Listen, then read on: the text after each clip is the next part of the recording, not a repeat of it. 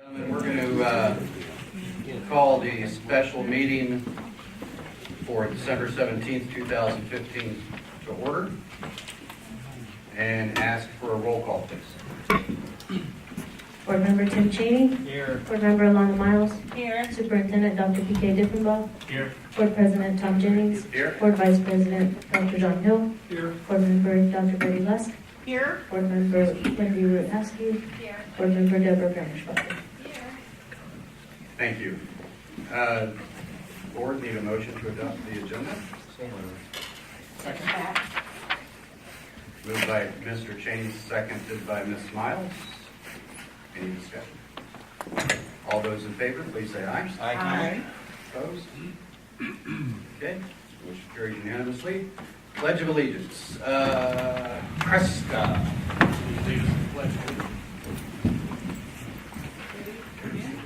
I pledge allegiance to the flag of the United States of America and to the republic for which it stands, one nation, under God, indivisible, with liberty and justice for all.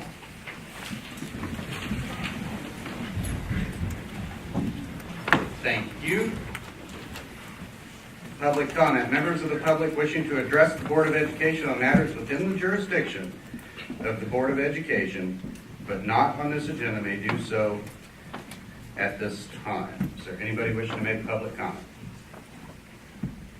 Okay, seeing none, we're going to move on to the study session. Vision for Secondary Learning, Dr. Diffenbaugh.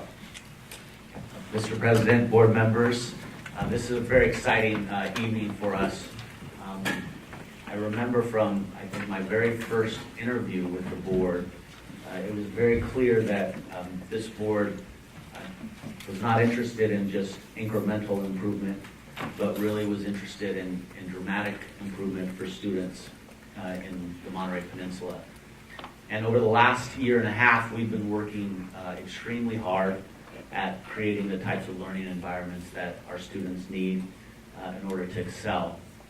And we've put many of the foundational pieces in place around effective instruction, positive school climate, creating structures and practices around shared leadership and commitment, as well as targeted interventions. And we are now ready, I think, to take another step in terms of dreaming a little bit bigger and looking towards the future for what types of schools do we want to have, particularly at our secondary level. If you are familiar with history of American education, it's one of the most enduring institutions, the high school or the secondary school, across the country. If you were to travel back 100 years, you would see very similar places than you see today. And we all know, I think through personal experience, that the current model does not serve all our students well. And there are emerging models or existing models that do serve our students better. And so tonight we're here to discuss our collective vision for secondary learning. It's very much still in the beginning phases, but I wanted to start by saying that we did an exercise in our retreat called moonshot thinking. And so to ground all of us together in what that is, I want to play a short clip for everyone.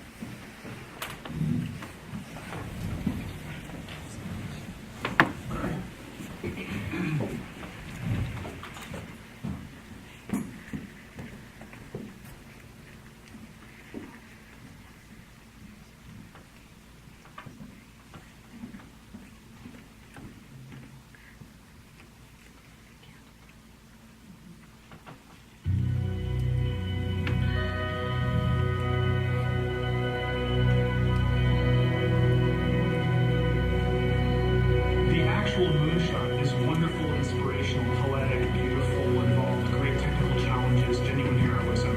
It brought the world together. But think about a Polynesian islander on a dugout canoe deciding one day they were going to go that way. No one had ever been that way before. No one even knew there was anything that way before. It was it changed the world. People can set their minds to magical, seemingly impossible ideas, and then through science and technology, bring them to reality. And that then sets other people on fire that other things that look impossible might be accomplishing. Galileo is such a hero, in thinking big, and what he represents to me is both curiosity and wonder that humanity had, that pushed him and drove himself to invent and work on the first telescopes that allowed us to see the moon, and here we are. These aviation pioneers were figuring it out as they went. No one really knew how to build an airplane, right? No one knew how to fly an airplane. It was amazing and crazy and wonderful, and they wanted to explore. Many years ago, the great British explorer George Mallory, who was to die on Mount Everest, was asked why did he want to climb it. He said because it is there. There's so many challenges in the world, and you can feel daunted by that, and sort of oppressed by that, or you kind of say, how might we think differently about this? Everyone else in the world is working on the next 10%. If you can be the one that delivers that 10 times improvement, you have a chance to really change things. If you want cars to run at 50 miles per gallon, fine, you can retool your car. But if I tell you it has to run on a gallon of gas for 500 miles, you have to start over. You need a lot of courage in this work, and you need a lot of persistence. One of the things that's really critical is not only having the courage to keep trying every day or thinking big, even if you don't really 100% believe it's possible, you might think, this might be possible. Have the courage to try. That's how the greatest things have happened. You don't spend your time being bothered that you can't teleport from here to Japan, because there's a part of you that thinks it's impossible. Moonshot thinking is choosing to be bothered by that. We choose to go to the moon in this decade and do the other things, not because they are easy, but because they are hard. Humanity's progress has been a series of amazing, audacious things, from the very small and personal to the great, big, and grand. And we are a species of moonshots. And to me, that's like the really amazing poetic inspiration.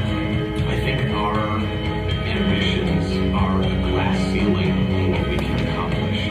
When you find your passion, you're unstoppable. You can make amazing things happen. It's been true through all of history. I believe in the human spirit, and I believe that there are always going to be crazy people who will get out of bed one morning and say, you know what? I think I can build a space elevator. I most of them do it. But I think that if we become afraid to take these great big risks, we stop inspiring people. We stop achieving things. And the biggest nightmare scenario is that we won't have what it takes to solve the really big challenges.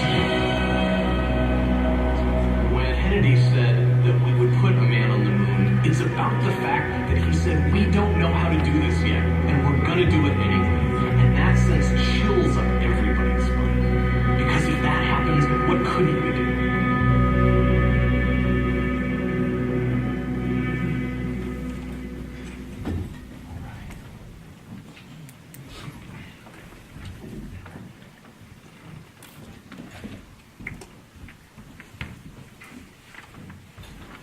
So we got together and we wanted to think big and not tinker around making the current model just run a little bit better, go a little bit faster, but what would it take to be truly audacious? And I believe, and I've said, that we can be one of the finest public school systems in the country. And that is moonshot thinking.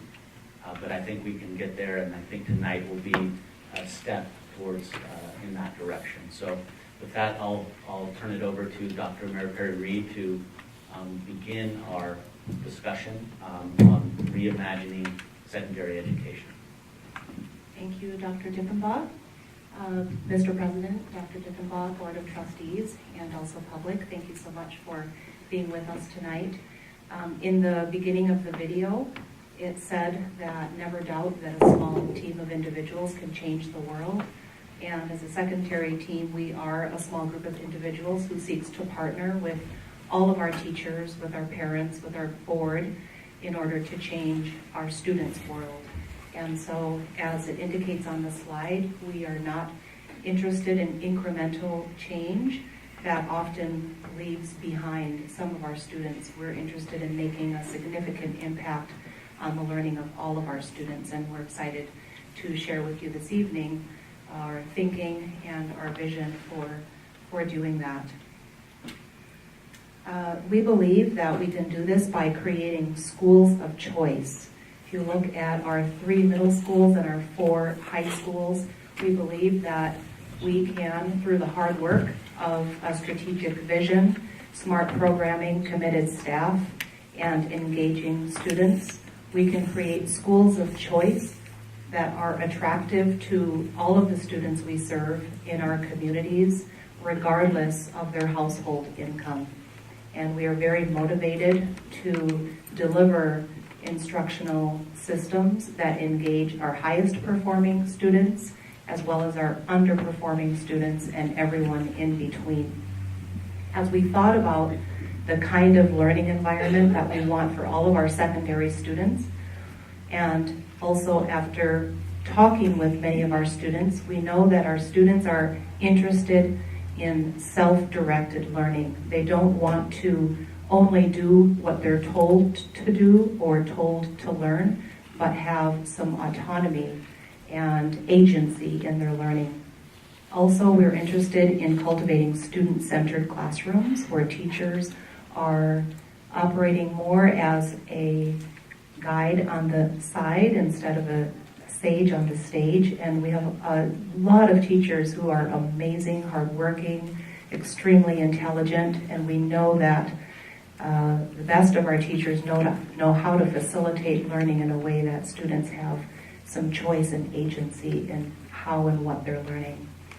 You'll also hear a theme throughout the presentations about a hands-on, project-based learning approach. We want our students to be in classrooms where all of their learning is project-based or hands-on and has real-world application. And we know that the connection between their lives and what's going on in the real world is part of what will prepare them for college and career.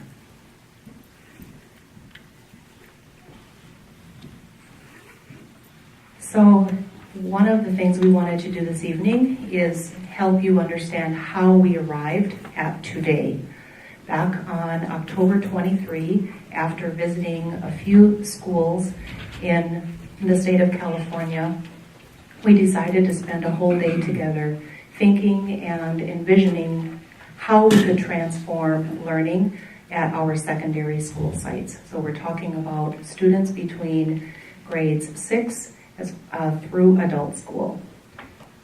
And I pulled these objectives right from our agenda. We had 5 intended outcomes for the day.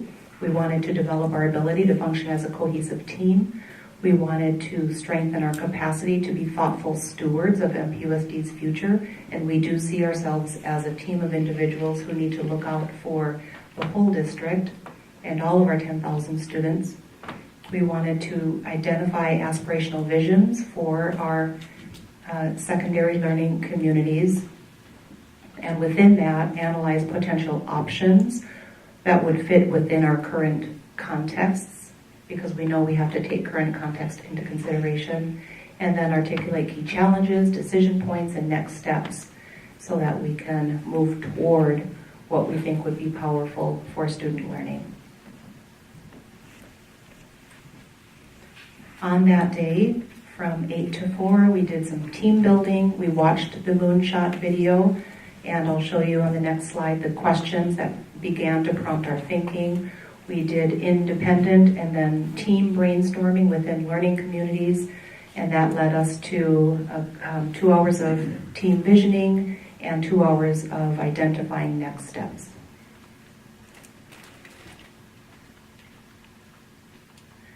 And these were the 2 questions that first prompted our thinking. Number 1, after watching the moonshot video, without restrictions, what type of learning would you like to see in your school? And that's an example of the many posters that were up on the wall in that space we were in that day. And number 2, what types of structures, practices, programs, and partnerships would facilitate this type of learning?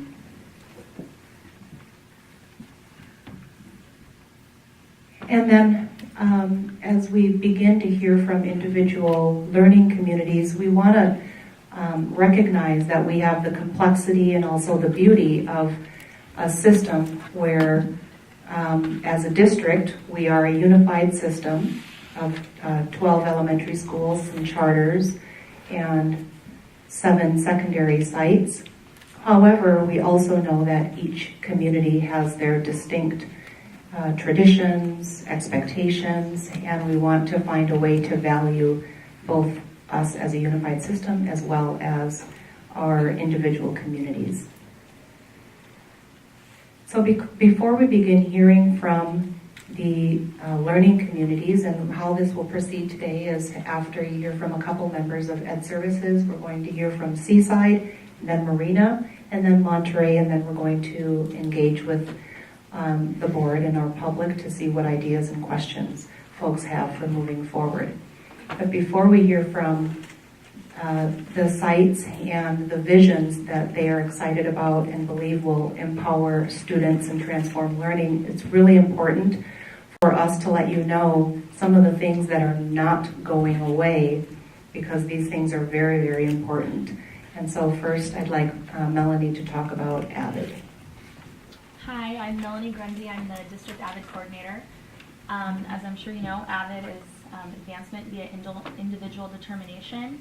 It's at all of our secondary sites, and we're excited to continue to grow the program. So AVID cultivates the college-going culture.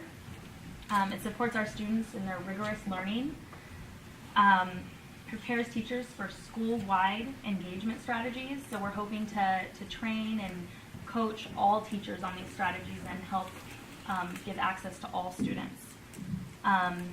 We're working on tutorials, so we have the tutorology that builds inquiry, so a lot of deep level questioning. Oh, I'm not even talking into the microphone, thank you. I hope everyone can hear me. So the tutorials that build student inquiry, so that continual problem solving skills. And then that just AVID as a pathway to more rigorous instruction and learning. So, thank you. And just as AVID is very important for helping, especially our struggling students, our English learners, students who have IEPs, preparing them for rigorous learning, we also intend to continue strengthening our career pathways. Lisa? Thank you, Rhoda. Good evening, everybody.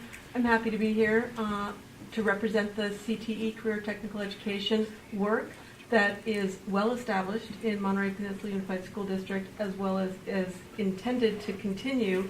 And what I'm seeing from the work that's gone on with the secondary team is that the CTE work is complementary.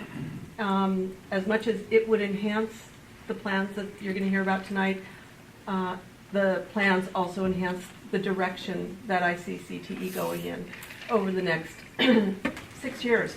That's our mandate with the CTEIG grant. So the ways in which CTE will be foundational in the schools will be that we will have, you can see up there on this slide, the continuance of various CTE pathways. There will be articulation agreements with all of our regional college partners, serving all students at all schools throughout all the pathways. We will continue with CTE to be able to provide opportunities for real-world learning. If everybody would like to say that with me 3 times. That was a mouthful. Also, providing more industry-recognized certificates for our students as they complete the pathways so that they're better prepared to enter the work world and on to future education. We're going to look at strengthening and building our business partnerships and preparing all of our students for post-secondary college and career opportunities. And finally, it's very important for everyone to know that there are other elements of our current system that are strong and getting stronger and serve as very foundational pieces. We don't want any of these things to go away. We would like our visions to be enhanced by these building blocks. So every site has an instructional leadership team. Our units of study are very, very important. Teachers have worked hard to create internally developed curriculum, and we want those to be foundational for moving forward. We have advanced placement, and we want to continue growing our AP enrollment and success rates. Our teachers have the opportunity to meet together every Wednesday afternoon for their professional learning communities. We also have really strong PD going on at the sites. None of this should go away, because one of the things we want to do well is figure out what amazing and effective teacher support looks like, and those are two important pieces.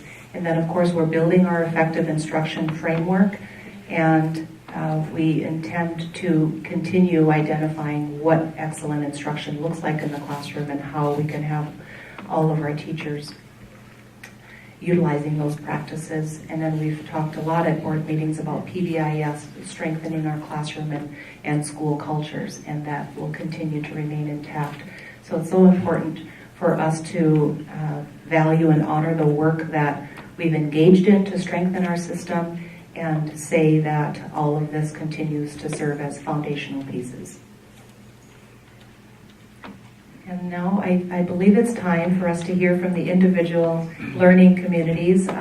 We have amazing secondary principals who work very hard. They're really student and teacher centered, and they're very excited to share with you the programs and instructional visions that we all believe will transform learning for all of our students at our secondary schools. So let's first hear from Seaside. Good evening. We're really happy and excited to be here. So we're going to get started. Manny Nunez, principal of Seaside Middle School. Carlos Moran, principal at Seaside High School. So one of the first quotes that I heard from our superintendent when he first was here at this board, and he just said it tonight, was that we wanted to become what he calls a world-class district. And on our retreat, Mr. Moran and I asked ourselves, what would it take to make our Seaside Middle scholars world-class? So we pondered on that question a little bit, and we started thinking, well, let's look at what conversations are happening in the nation across or another around the world. And as you can see in the slide, conversations are happening about, well, how do you build a student for the 21st century?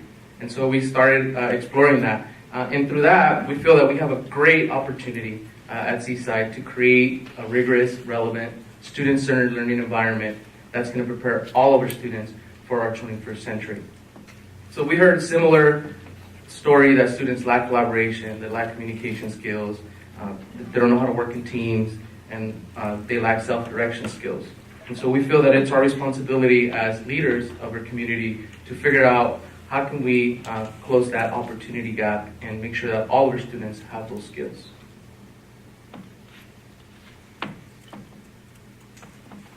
Okay, so the first thing we're going to want to do is look at who the Seaside Learning Community is. So first, if you look on the right side, we really want to take a look at our demographics with our socioeconomically disadvantaged student levels at both the middle school and the high school, and also our English learners.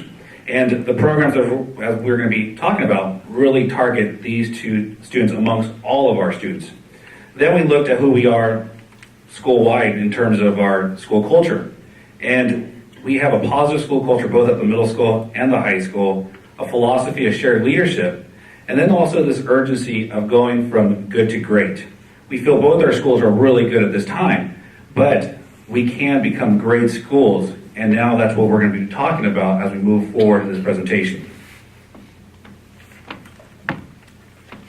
So in looking at our community, we really also inquired about what are the characteristics or qualities of an ideal K-12 scholar, right? Because this is obviously about students.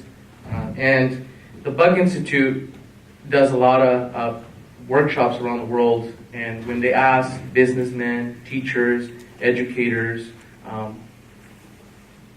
these are the qualities that come up in every single list.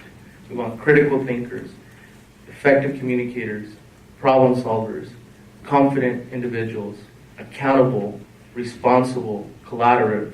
So in our exploration, we asked another question, and what are the research-based practices that exist that meet all these qualities? So the vision for Seaside, for the Seaside Learning Community, is to move towards a project-based learning environment that also integrates one-to-one technology for all of our students. And as we move forward with this vision, something that Manny, myself, our admin teams, our instructional leadership teams, and teacher leaders. We made multiple visits to multiple sites that are integrated in project-based learning or technology. So Bulldog Tech and James Lick High School, they have now moved towards a project-based learning. And then we have schools like Sanger High School and Aptos High School that we visited that have moved towards a one-to-one technology integration with either iPads or Chromebooks. And so in our visits to these schools, we've learned a lot of what to do and also what not to do. But I think the key takeaway is that project-based learning and one-to-one technology is not something new. It's tried and true and can work when done the right way. And this is something we want to share with everyone here. So first, we're going to talk about project-based learning, how we envision it at CISA High School, and then we'll get into the technology component as well. So let's explore a little bit about the differences between the traditional learning environment and a project-based learning environment, just so we can create some context. In our traditional practice, currently, instruction and assessment are sometimes misaligned. And so what we mean by that is content and delivery are broad in an attempt to cover as much curriculum as possible in order for our students, so that our students can perform in a traditional assessment. And sometimes our students are feeling just like that picture up there, a little bit overwhelmed, and they just want to learn, right? So a lot of testing, and sometimes we fall into this teaching to the test in the traditional environment.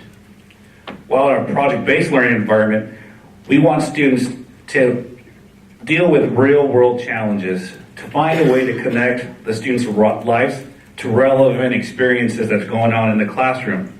And that's something that project-based learning does do and does well.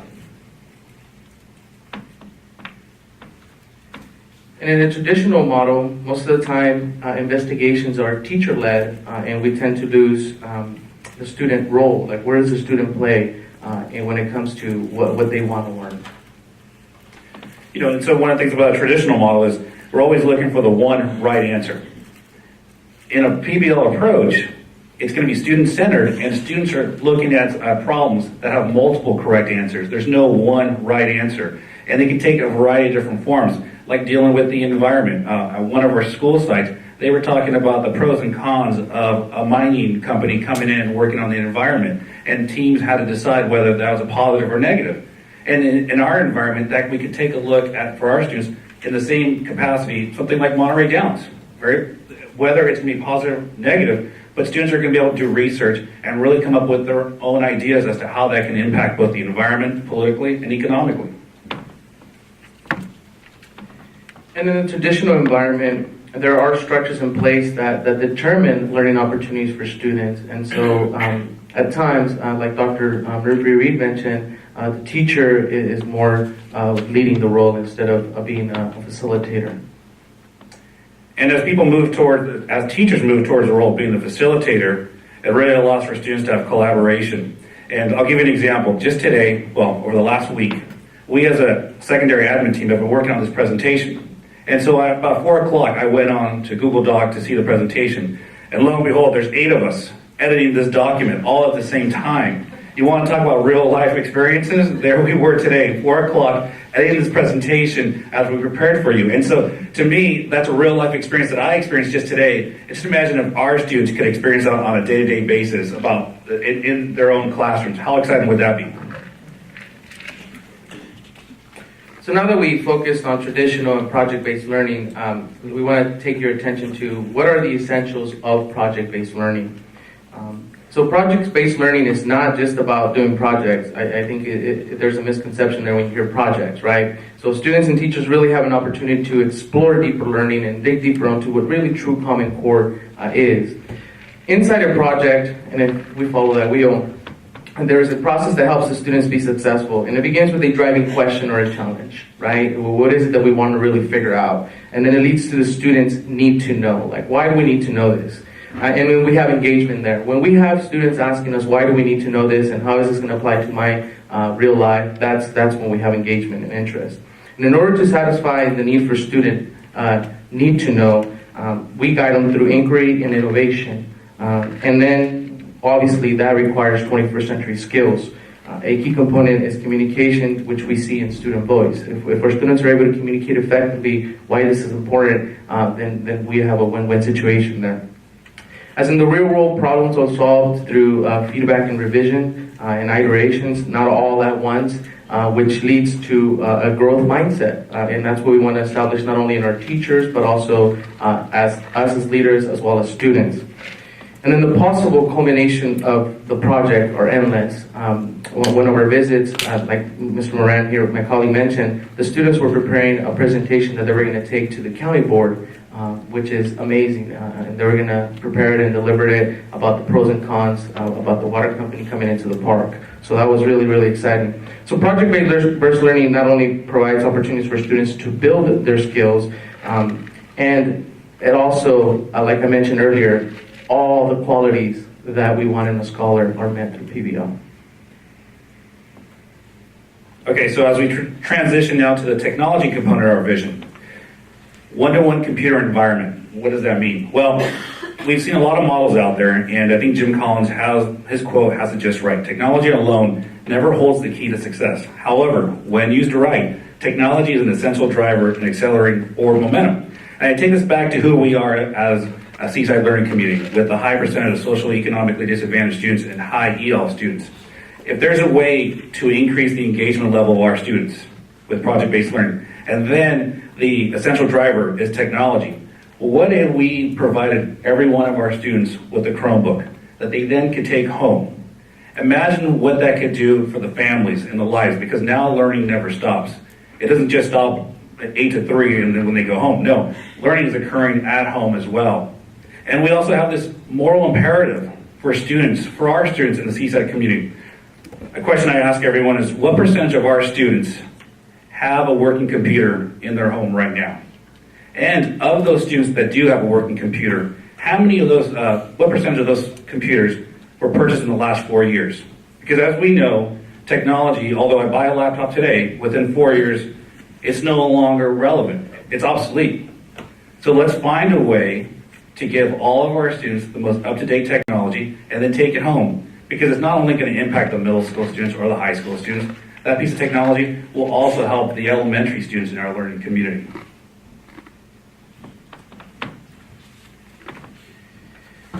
So in education, you always hear the cliche, right? Beg, borrow, steal, don't reinvent the wheel. And we feel that we found, and in our exploration, of course, we found project-based learning is very successful when the schools partner with New Tech Network. And we've also seen schools that have not partnered with New Tech Network and their challenges and their struggles that they face. Carlos will talk a little bit more about New Tech Network. Right, so New Tech Network being established in 1999, they're now at over 180 schools in the United States and also Australia. And what they do is they come in and they provide on-site coaching for our teachers with project-based learning, but then also tech integration. And one of the things that, in my own experiences as we visited schools, is schools that have gone into the PBL approach or the tech integration alone, they're moving in the right direction, but it is slow and stagnant. Versus the schools that have partnered up with a tried and true method, a team approach of a group of individuals that know project-based learning inside and out, and then how to correctly integrate technology. There's a team out there available, and so that's what we're proposing, not only to go PBL and one-to-one, but also bring in a nonprofit organization to guide us with the implementation plan as well. So one of the big questions that came up for us as we were exploring this, of course, was how will project-based learning serve our English language learners and our other special needs students? And so we went through the research and we started looking at what research says about what are some of the best practices for English language learners. So if you look at the right side, research says that ideas, themes, and skills need to be taught in connected ways to build learners' backgrounds and knowledge.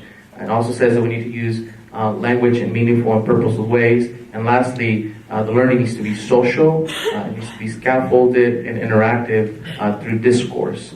So those are some of the research-based EL best practices. Right, so when we're connecting project-based learning, one-to-one technology, and then bringing an organization like New Tech Network to provide the implementation planning guidance for us, we're quickly going to see how PBL connects content knowledge to students, especially our ELs, and also their background knowledge in meaningful ways. And then also emphasizing collaboration, because we know that some of the best practices for EL students are best practices for all students, and collaboration is one of them. And then also the target academic language, giving students a chance, an opportunity to use that language out loud in the classroom is something that New Tech Network provides training on for our staff members. And so in our exploratory phase of project-based learning, we shared our vision with our staff during staff meetings, and we also they've come to us to some of the schools. Some teacher leaders have come with us to visit some schools, and for us it was important to present to you what some of them are saying already about project-based learning. So we're not going to read all the quotes for you, but really want to highlight what some people are saying, and it's an exciting time, and we're super excited if the opportunity presents itself. But if you look up there, I mean, the big one that stands to me is empower them to achieve success, them being students. And this would be a school that I would want my own child to go to, and that's amazing. Right, I think that's the middle ones really that strikes home to me. As a father with 3 young children myself, when I walk into the classrooms, I always gauge whether a positive, negative approach to things, and I always look at would I view that classroom? Would I be happy if my own if my own child was in that classroom? And having been to schools that have teamed up with New Tech Network, using the project-based approach and one-to-one technology, I would love to have my own children in a school that type of environment.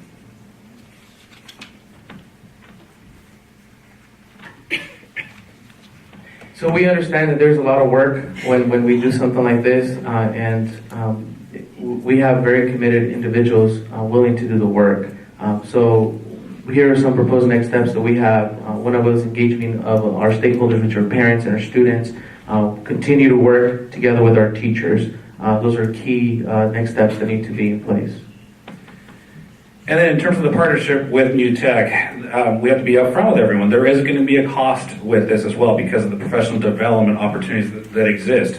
And then the other part is also if we decide to go in this direction, at what time? Because that also has there is also many things that need to occur in terms of PD. Is this something that we'd be interested in doing for next year, maybe a year from now? But the thing is, there is a cost associated with it. But we go back to our own experiences, what we've seen with schools that have not partnered with an organization and those that have, and they are worlds apart. So we would shop up. Right?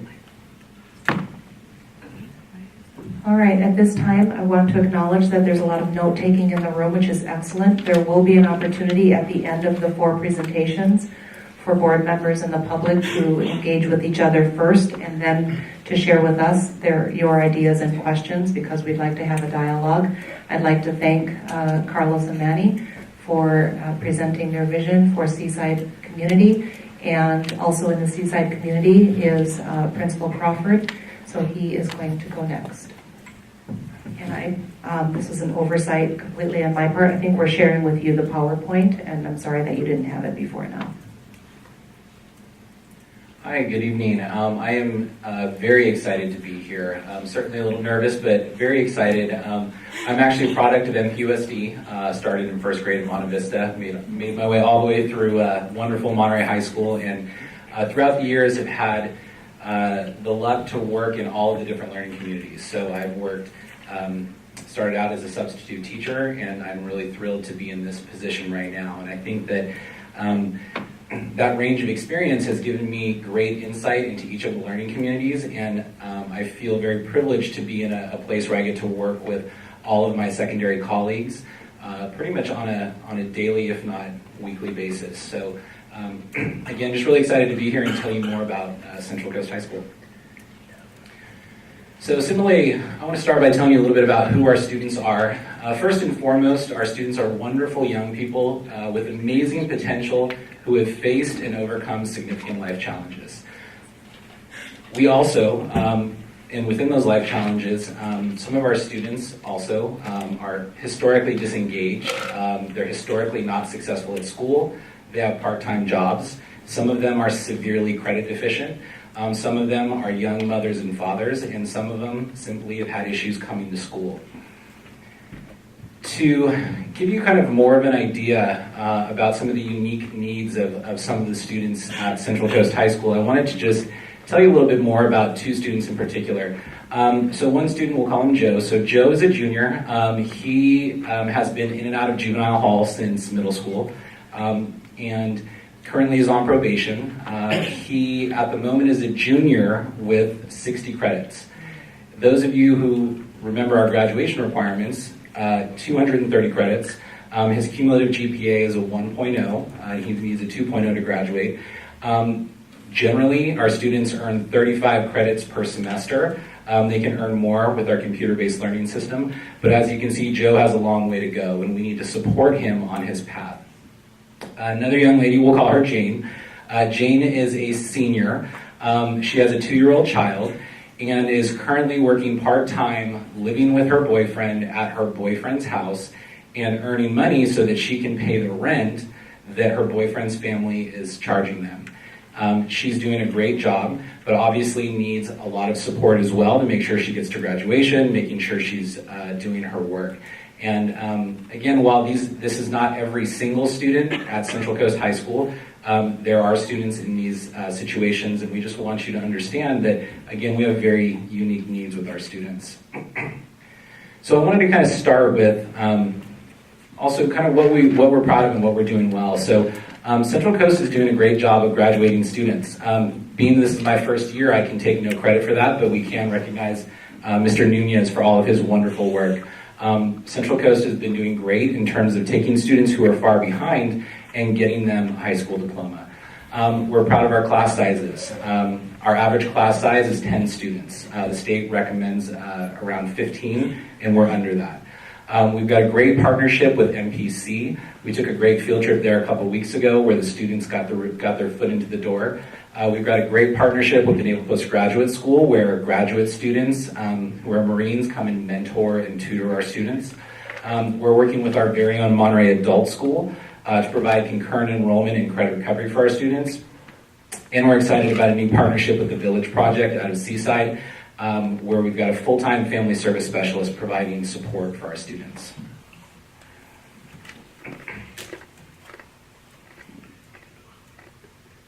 We're also very excited about our CTE pathways. We have Design, Visual, and Media Arts pathway with computer graphic design, computer business applications.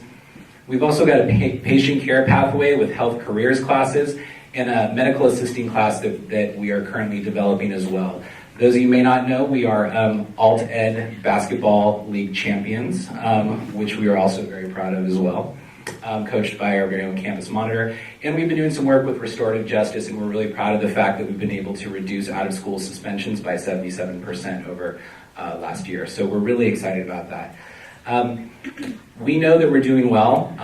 We also know that we want to move and we want to be a model continuation school in the state. And so the road that we've been taking is that in addition to the district visits to some of the secondary sites around the state, our instructional leadership team has been able to visit exemplary alternative education programs in California. We've had great conversations with staff, many of whom have been there for a long time.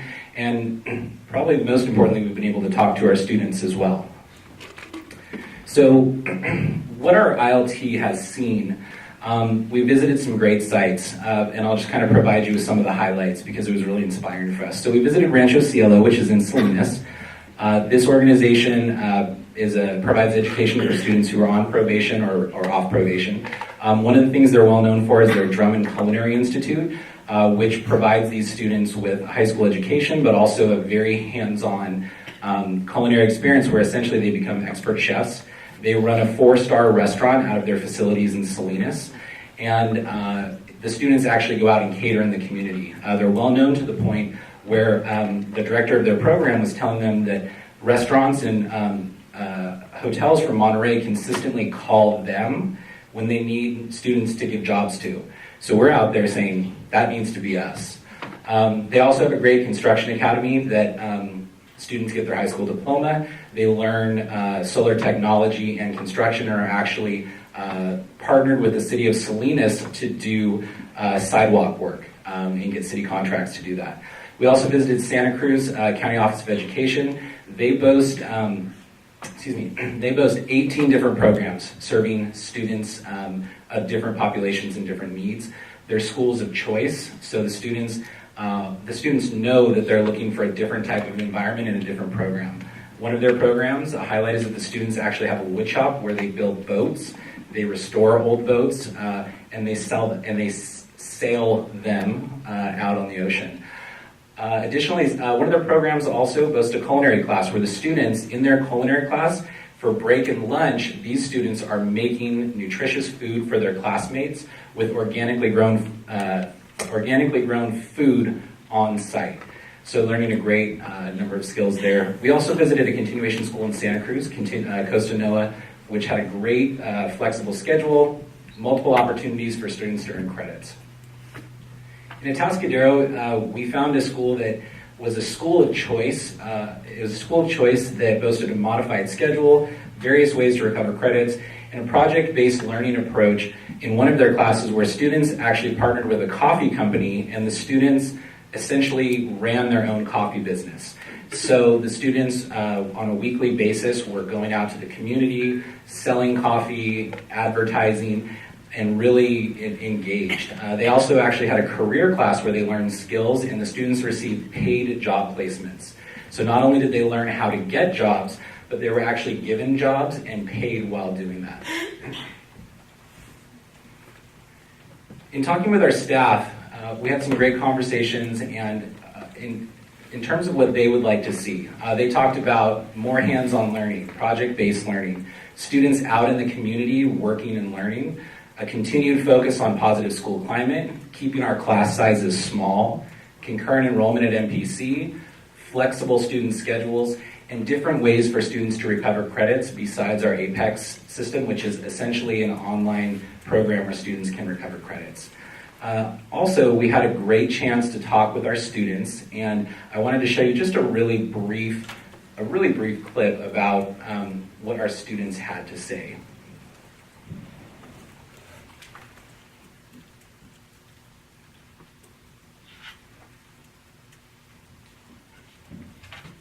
Looks like we may need to circle back to it. Yeah, I know.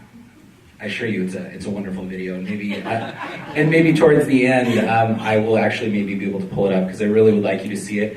Our students, it's really great to hear our student voice and hear them telling us kind of what they need. So maybe I can multitask and get this going in a second, but I'll go ahead and continue on. And if you will give me a minute at the very end, I think we can make it happen.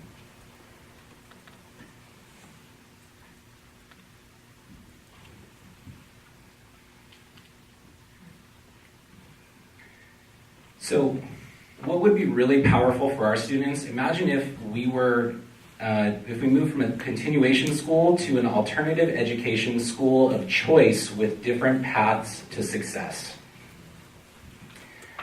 So imagine within our CTE offerings, a culinary and hospitality pathway where we were partnered with nutrition services to prepare mouth-watering healthy food to fellow students every day. Imagine our students running a Central Coast cafe and food truck where students learn food preparation, customer service, and entrepreneurship. Imagine within our patient healthcare services pathway, imagine our students not only learning the skills, but visiting and working in hospitals, doctors' offices, and care facilities. Us working with our students to not only guide them to our very own district CNA program, which provides a certificate and also job placement, but also getting them towards MPC so that they can move on to either a VNA tract or an RN tract. Imagine our students in the afternoon being able to take advantage of other CTE offerings at other sites, such as Seaside High School, where maybe they could be a part of the auto shop or the wood shop as well. Additionally, our students could be earning certificates, which would allow them to leverage jobs during high school and immediately following graduation. They could leave campus in the afternoon and take classes at MPC as part of their daily schedule. Within a framework of project-based learning, envision our students learning math while calculating profit and loss statements for the school cafe. Students improving fluency on their own to elementary school students and developing reading skills and empathy at the same time. Additionally, students learning graphic design while designing marketing materials for the Central Coast Cafe and the Central Coast Food Truck. Within scheduling, envision an opportunity where our students would take our core classes in the morning and then in the afternoon be able to pursue an individualized path to success. So imagine Jane, our student, being able to take her classes in the morning to move towards graduation and then be able to go out, have paid work experience to develop the skills that she needs in the future and also make money to support her family. What we need now, what we really need is we just need you to help continue to shape the perception of Central Coast High School as a positive place that serves students. We need you to know that our students are highly capable, that they have very distinct needs, and like all students deserve the best, and maybe even sometimes just a little bit more. We need continued support from the district and the board as we explore how to best serve our students. Thank you. Thank you very much, Principal Crawford, and audience, Board of Trustees. We're now going to go to Marina. Rebecca Tyson is representing Marina this evening. Good evening. I'm very excited to be here tonight and passionate about what I'm about to present to you. Unfortunately, Joe was not able to join us this evening, so I will be sharing with you what we discussed and developed, especially during our retreat day, which I do want to thank Dr. Diffenbaugh and Dr. Reed for allowing us to get together and do some moonshot thinking. I'm going to start with this evening by saying in early college and career opportunities provided an irreplaceable foundation for lifelong success. So I'm going to start with that, and you'll understand where I'm going through the presentation. So when we met at the retreat, we decided to take a step back and look at the city of Marina. I think it's one of the most amazing cities that I've ever been in. It's extremely diverse. Marina ranks in the top 16% of racial diversity with over 50 languages spoken. So we started to take a look at the city of the Marina's vision, and something that popped out at us is positive relationships with regional agencies. So what we're looking to do in Marina is we're very, very fortunate that the city of Marina supports the school district just as strongly as it does any other entity in the city. And we're looking to take that on and build those relationships, as well as tapping into MPC, CSUMB, and some local agencies. So the Marina learning community, who we are. We're extremely diverse scholars. We have strong community involvement. We have positive school climate. This year, we started to transform our schools from good to great, where we no longer refer to our students as students, we call them scholars, because there's a big difference, and all of our scholars are aware of that, and they are working to become scholars. It's not just calling them, it's actually working to transform them. We have a growing belief that education is not a pathway to success, but a prerequisite to success. Part of that is not just working with academics, but also with our students with their sports. So there's a sports advisory board in Marina that meets quarterly, and we focus on scholar athletes, not just the athletes, because scholars is just as important as playing the sports. We also work with the Teen Center, where we have implemented the After School Academy program. So the Teen Center is now focusing on academics when the scholars get there, and then later on they can move on into extracurricular activities. We also have a belief that every scholar matters, and they're improving with a purpose. We also have a maturing growth mindset. We believe a lot of the staff and scholars have the growth mindset, but we're maturing it and getting it to the point where all staff and community members believe that all of our scholars can learn and be successful in the future. So we analyzed the vision of Marina. We analyzed who we are. So what we thought we could tap into, because of the diversity and the culture in the city of Marina, was we were thinking at going to an early college and career aspiration, where all scholars have the possibility to create life-changing opportunities. We desire to provide access to college-level courses and career preparedness. We desire to educate the entire child, teaching more than just the textbook. We inspire each other and the scholars to collaborate and to push each other and to give 100% of the day. So why early college and career model? Well, because it's a powerful model. It's growing and expanding rapidly throughout the country. We're fortunate enough to have MPC satellite right down the street from Marina High School, as well as CSUMB a stone's throw away. Some successful early college and career models is the Charlotte Engineering Early College, where students can earn up to 60 transferable college credits. So when they graduate, they can move straight into the college for engineering. There's also the Norwalk High School's Early College Academy, where students pursue their associate degrees while they're in high school. There's also the Yes Prep Public School in Houston, Texas, where they have a 100% graduation rate, 100% acceptance to four-year universities. They're 96 Hispanic, 3% African American, and 1% other, and they're made up of 83% SEDs. They also have project-based learning.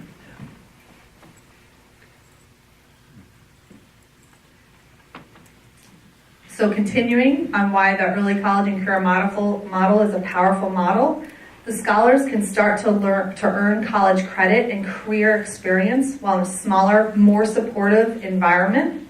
We're serving scholars that are underrepresented in the higher education. They get hands-on experience in the workplace learning environment. They get skills that are required to be successful employees while attending high school and earning college credits. We also wanted to focus on the extended learning opportunities focused on sustainability.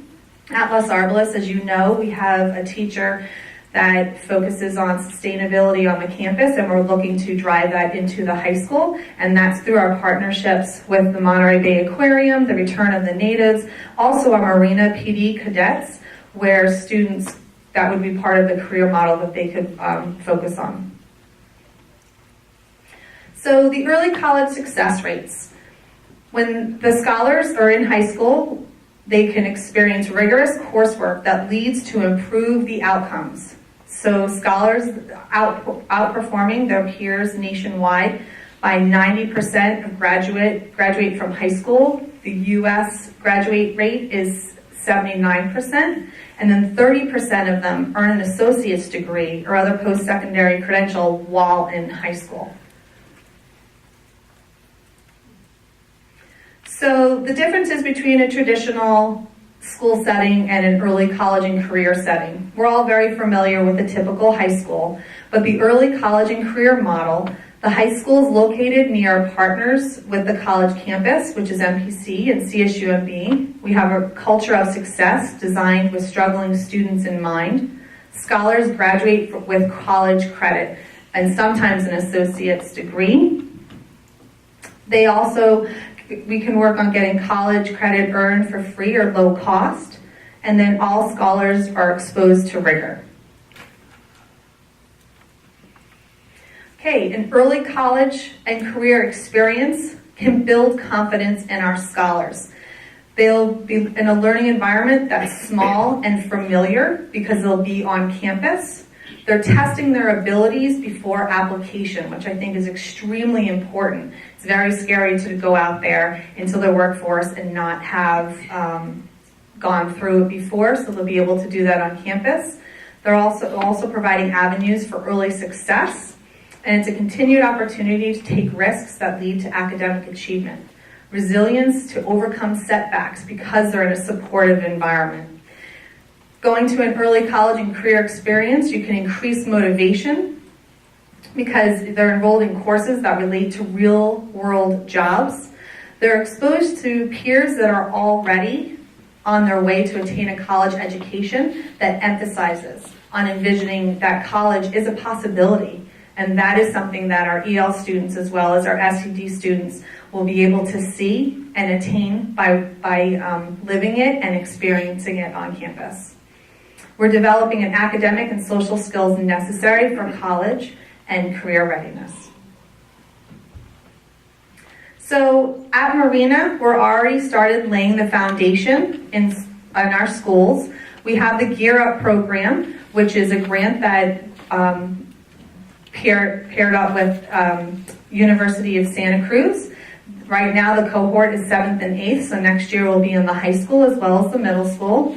We also have the CSUMB University Promise, where our 6th graders are invited to go to CSUMB on a field trip where they are given a promise that if they graduate high school with a diploma, they will be given automatic acceptance into CSUMB. We also are laying the foundation by working with MPC Satellite Campus. Currently, we have 13 students in the Administration of Justice program, as well as having CTE classes at MPC.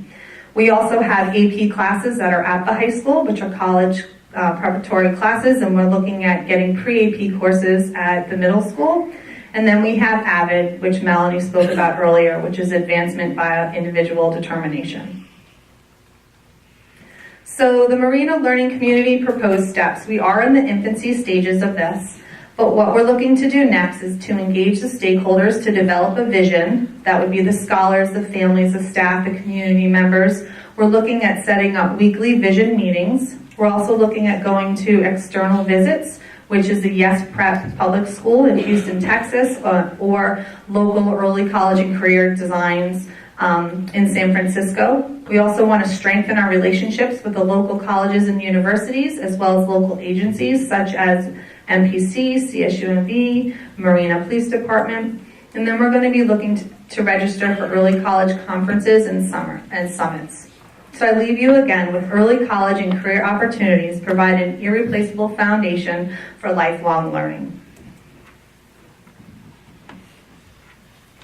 Okay, thank you very much, Principal Tyson, and hopefully all of you are exhibiting some listening stamina. We're almost done, and hopefully you have heard the themes over and over again around students being self-directed in their learning, having more agency, preparing for college and career, engaging in hands-on project-based learning, and with us also to reinforce those elements of learning are Principal Plummer and Principal Michelson from the Monterey Learning Community.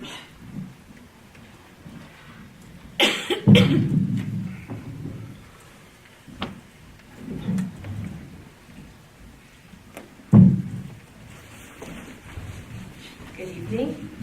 We're really happy to be here and share with you our dreams for the Monterey Learning Community.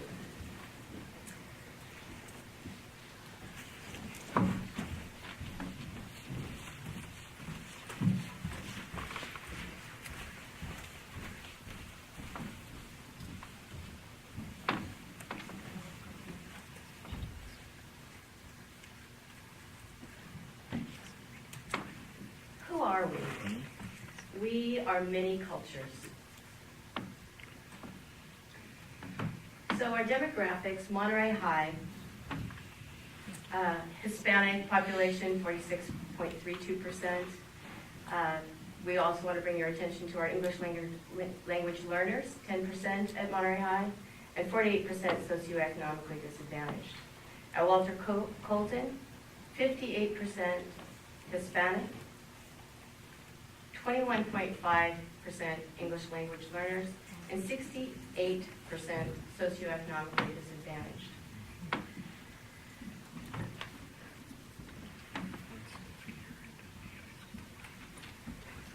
So entering the exploration, when Marcy and I got together and talked about our dreams for Monterey Learning Community, our question was, how can we best align our instructional practices and transform learning using resources from our rich, internationally influenced Monterey Learning Community?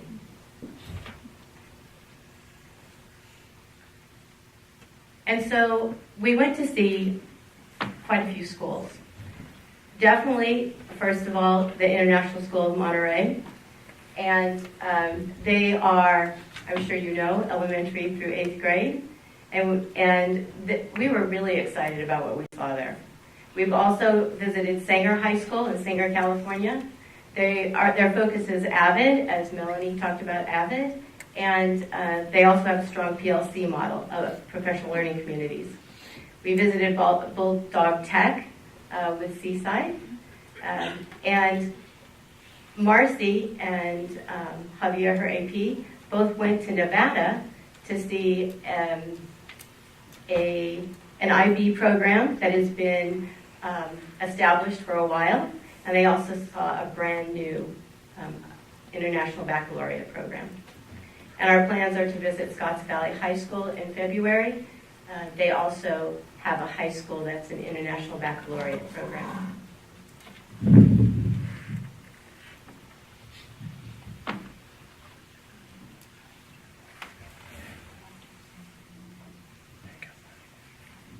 So we wanted to talk a little bit about what we saw when we saw the International Baccalaureate program, which piqued our interest, living in a very internationally focused community.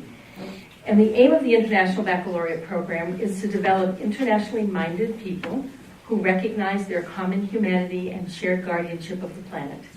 The IB students help to create a better and more peaceful world through project-based learning with international perspective. So you've heard from all the learning communities about project-based learning, and we agree with our colleagues that project-based learning is an exceedingly well-defined way of learning for students so that they can find relevance, hands-on, real-world experiences. But we looked at it through the international perspective. So we looked up the history of the International Baccalaureate program to see a little bit more about what it was and what it is. We learned that it began in 1971, and there are currently 1,680 IB world schools in the United States. That surprised us. We were also quite surprised to find that there were 4,276 IB world schools in 152 countries around the world, all looking at a project-based learning experience with an international perspective.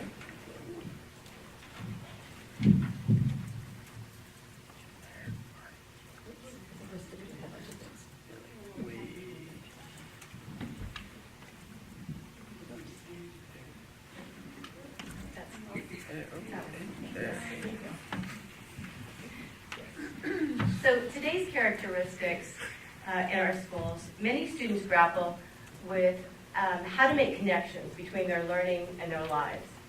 In an International Baccalaureate, students make practical connections between school and real-world application.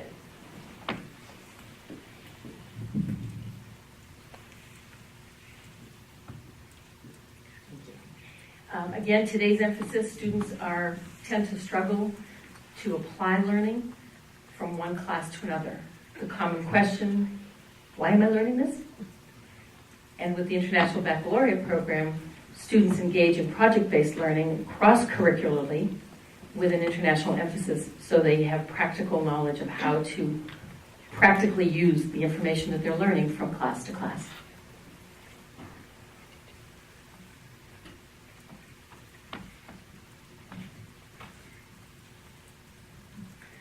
So again, today's emphasis, many students lack the perspective and understanding of other countries and other cultures. Through the International Baccalaureate, students gain a clear understanding of cultures through project-based learning from an international perspective.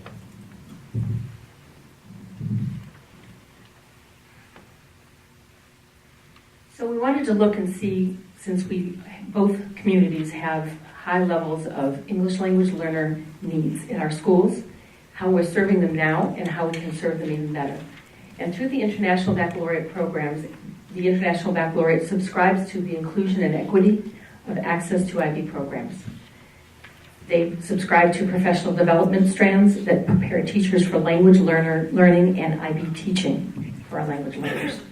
And the differentiation and modification strategies are also available to help EL students access the IB program of study with honors diverse and cultural perspectives from around the world.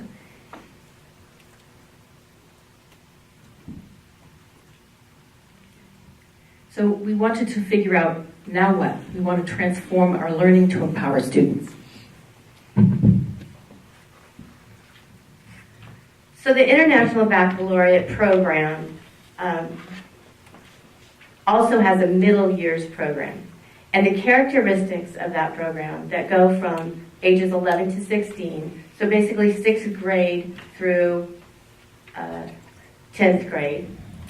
The characteristics are international perspectives, teaching and learning in more than one language, critical thinking and application in unfamiliar situations, principle to action method of teaching, and preparation for the International Baccalaureate Diploma Program, which is a junior and senior year in high school.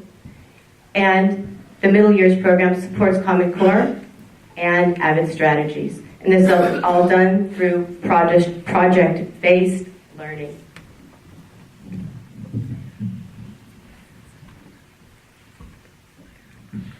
So we're going to show you a short clip at this time. This is with regard to the middle years program.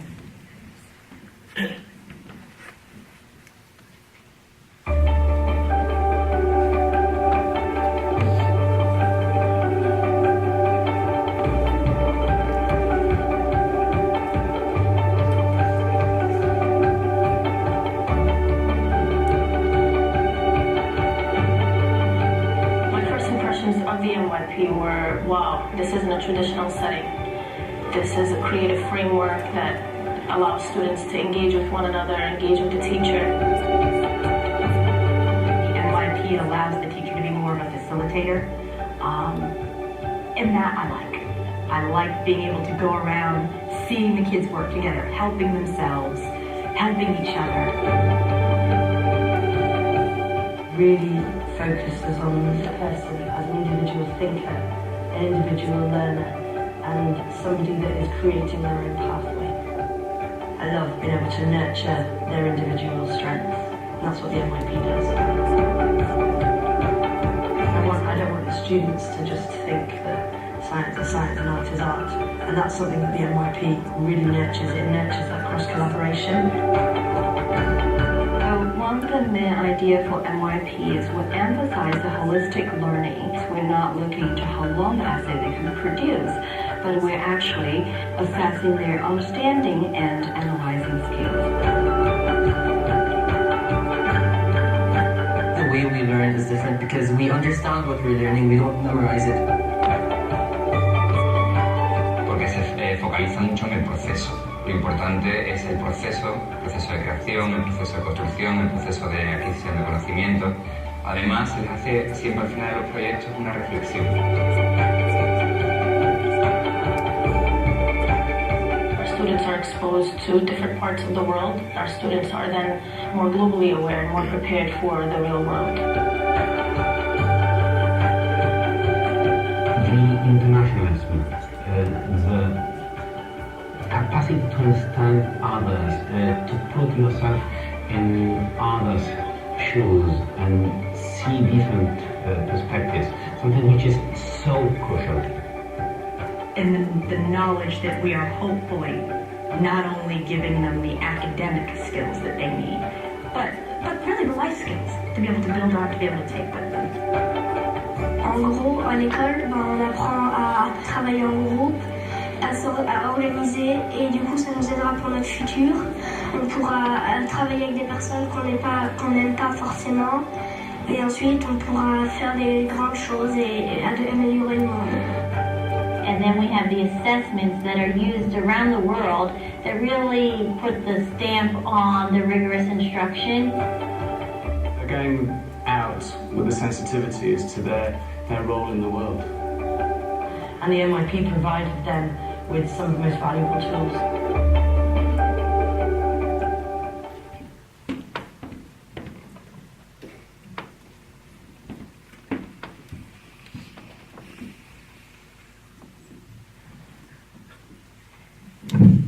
So then we want to look at how we would transform it at the high school level. And this is the International Baccalaureate Diploma Program that is in the 11th and 12th grades. So the characteristics of this program is from an international and global perspective, mastery of more than one language, practical applications of knowledge, complex knowledge in unfamiliar situations. It supports Common Core and AVID, which are school-wide. The International Baccalaureate Diploma is well respected in the college and career communities. And again, through the vision of project-based learning with an international perspective.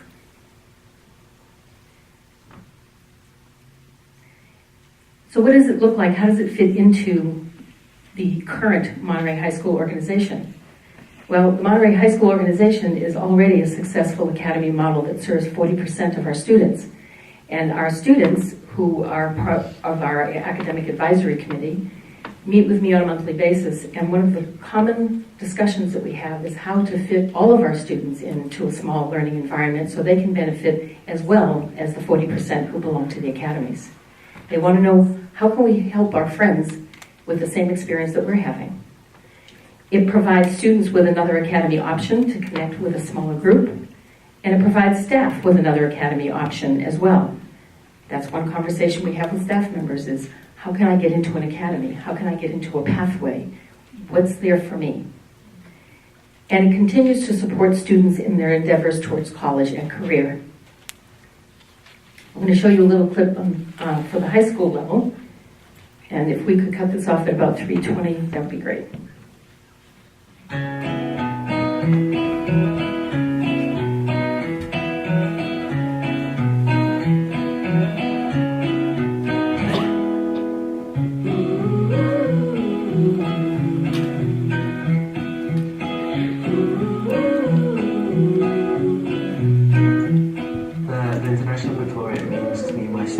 My education. I personally think it's a program that's going to prepare me best for university and eventually a successful future. Learning about things that will make you a more rounded person. I guess the breadth of learning, so learning some math, science, the humanities, maybe the arts. Otro tipo de exigencia, la verdad.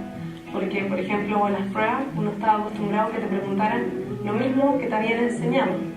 Y en esto te pasan las herramientas básicamente, pero después tú en las pruebas tienes que aprender a cómo usarlas. It pushes a holistic vision of education, one that emphasizes the student as an interpreter rather than as a recipient. And what it allows us to do as professionals working in this area is actually help our students become international citizens really through an academic program.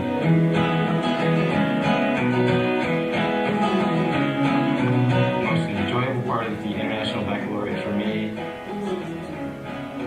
I think it's just the challenge. Una oportunidad de como abrir fronteras, por así decirlo, y es más que nada un reto y vivir como experiencias distintas a las que comúnmente se vive acá en el colegio.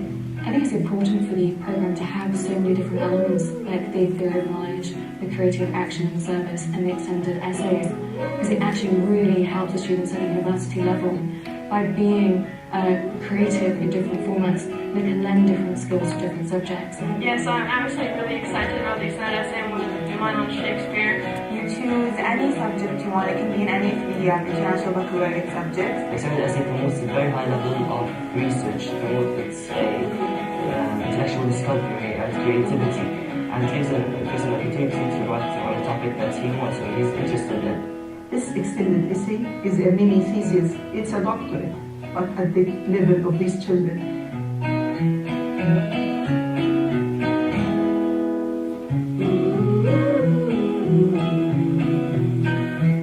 Thank you, Brian. Theory of knowledge is a course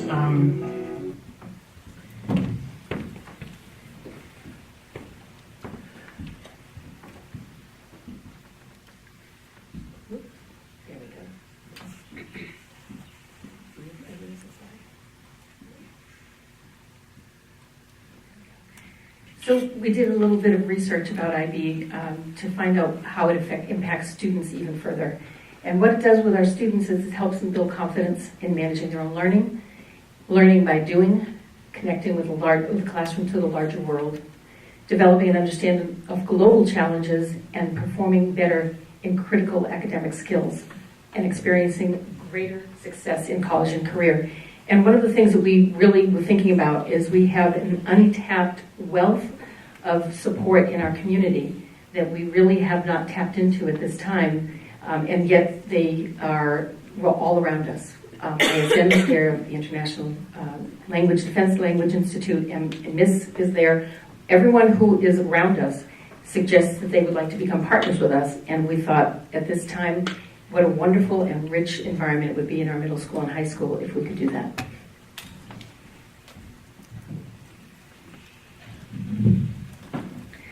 And what is the Monterey Learning Community now? We're building on success of dedicated staff, our collective commitments, excellent programs, and adding to a culture of learning through the International Baccalaureate middle years and diploma programs, and all through a project-based learning community through the international perspective.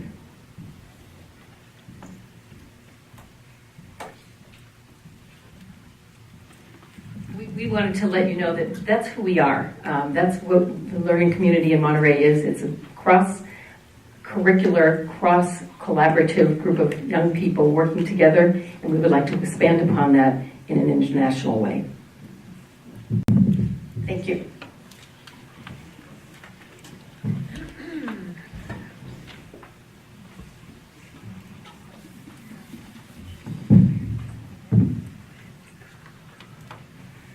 All right, at this time, for those of you counting slides, we only have 4 left. And, this was difficult for us because we didn't want to rush through. We wanted to share as much of our thinking with our Board of Trustees as well as our community members to be completely transparent about what we're excited about and also what we still have questions about. So it does take time to be thorough, and we thank you for your patience and for your listening.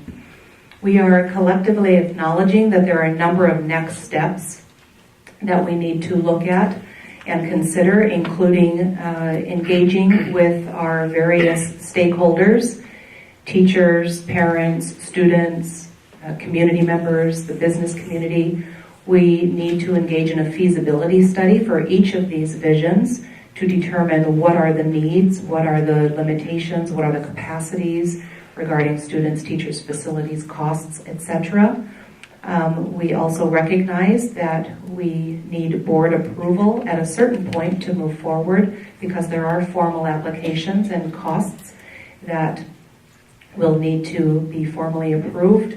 There is teacher training implications for how are we going to effectively prepare our teachers and our other staff members. And then there's the relationship and partnership building that we need to begin engaging in because we cannot do this alone. We need help from all of our stakeholders. Okay. So there are 2 slides here with some proposed timelines. So for the rest of this school year, it's now late December, so for example, from January through June, this is what we see, and there will be an opportunity for those of you who see some other possibilities to share those ideas with us. From January through February, we want our admin and other leaders to engage in stakeholder discussions to share information and gather feedback, as well as engage in feasibility studies. We would like to set aside opportunities at the February 9 and February 23 board meetings for formal information items, as well as board approval, because there are some budgeting and staffing implications that we want everyone to be aware of. And then March through May, we would engage in pre-implementation and planning. That's the proposed timeline for the rest of this school year. As for next school year, we would be very excited to launch New Tech Network in the Seaside community beginning next school year. Only with 1 grade level at each site. But the reason we believe that we can, with everyone's approval and excitement, be ready to launch is this is a ready-to-go program, and we have that rich resource right in our local area with New Tech Network schools and the director of development right here in California. We would like to use next year to immediately implement some elements of our alternative education school of choice while strategically planning for additional elements, and we can get more specific as we move forward. We also are seeking to gauge everyone's excitement around having next year as a planning year, both for the IB and MYP instructional visions for the Monterey community, as well as the early college and career visions for the Marina community. Okay, so at this time, this will be a good opportunity to both stretch as well as have folks interact with each other. We invite our board members to gather in pairs or triads, and we also invite our public, thank you very much for being here, by the way. We invite those of you who are in the audience to gather together in pairs or triads or fours, whatever you'd like. And here are some guiding questions to inform what you might discuss in your groups. You'll also see in places all around us, you'll see a large posted paper with markers. We thought it would be really important for you to write down your thinking so that we can take it with us. We want to pay attention to everything that's shared with us this evening. And so after you form your little group, please grab a piece of paper and a marker and begin jotting down your thinking so that we can have a record of it. There are 3 questions, and if you have other ideas for discussion prompts, that would be perfectly fine. First, what elements of these visions are exciting to you and why? Number 2, what ideas or suggestions do you have for our site leaders, board, ed services, cabinet, etc.? And what questions come to mind? So I think we'll just leave this slide for you to refer to if you forget the question prompts. But at this time, please feel free to stand up and get some blood back into your brain and form small groups. And we'll give about 15 minutes for folks to consider these questions, and then we will come up with an organized process for groups to approach so we can have the dialogue. Does that work, President Jennings? Okay, great. Thank you.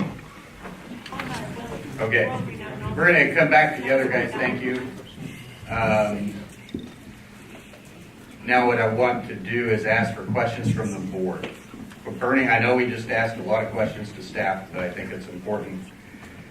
There may be something else that may have popped in your head, and I think it's important to get the answers, or attempt to get the answers that we're looking for. So we could start with Ms. Gransbacher. Sorry.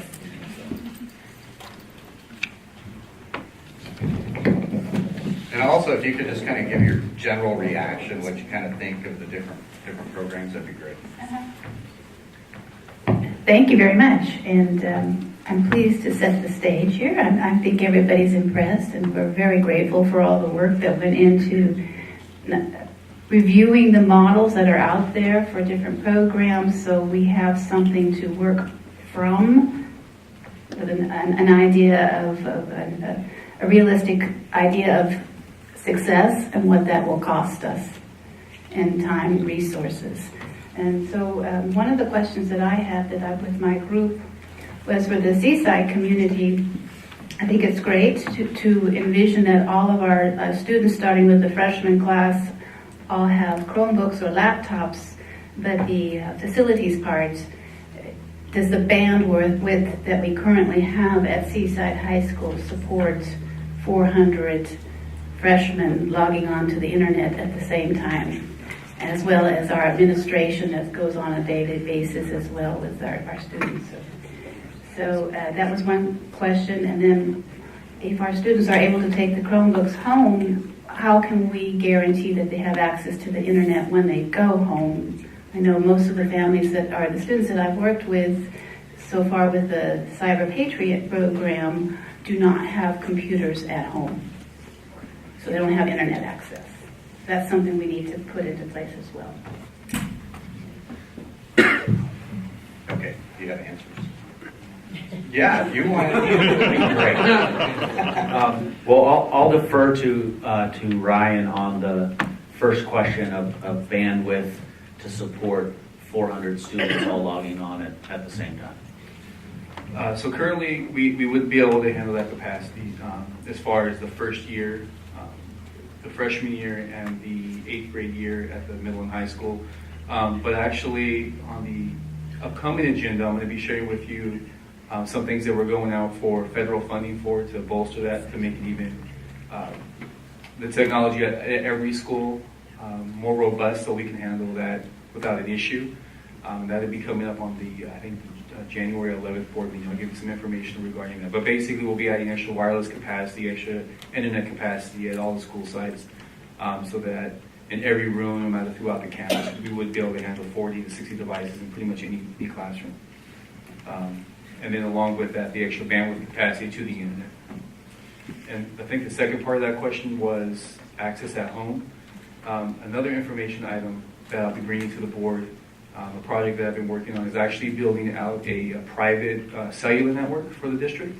We do have cellular frequency available to us through the County Office of Education. So we've been working with a couple of vendors to put some proposals together so that we can provide cell phone coverage out to the community, and we can provide that to the students who don't have it at home, or we can some other type of model. But we would be able to not make that a barrier for the students to be able to take the laptops home.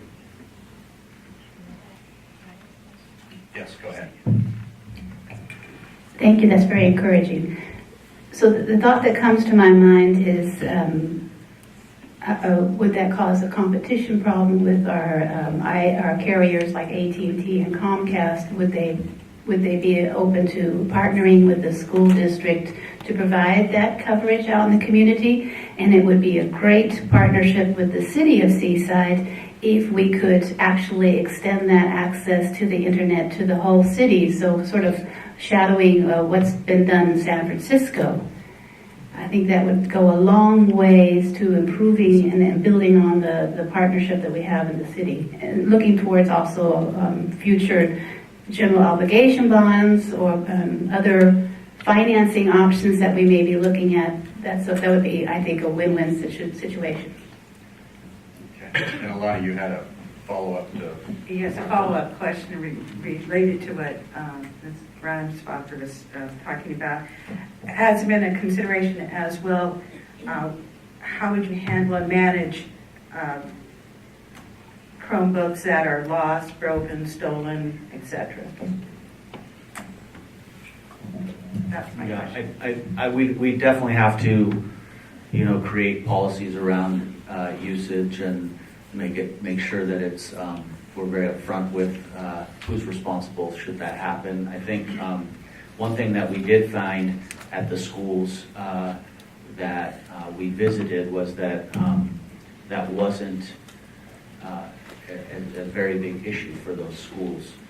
That the students really did treat the equipment with a lot of respect, really valued it, really appreciated it, and it wasn't as big a problem as some of us imagined it could be or would be. But certainly, I think having a policy in place would be essential. Okay. Thank you. All right, let's move back over to Ms. Root Askew. Questions in general. Thank you. Reaction. Well, I just want to think, it sounds like there was a lot of work behind this and it's a long time coming. So thank you all for the time that you spent developing these ideas. I have a lot of questions. So let me just throw out a couple of the big ones.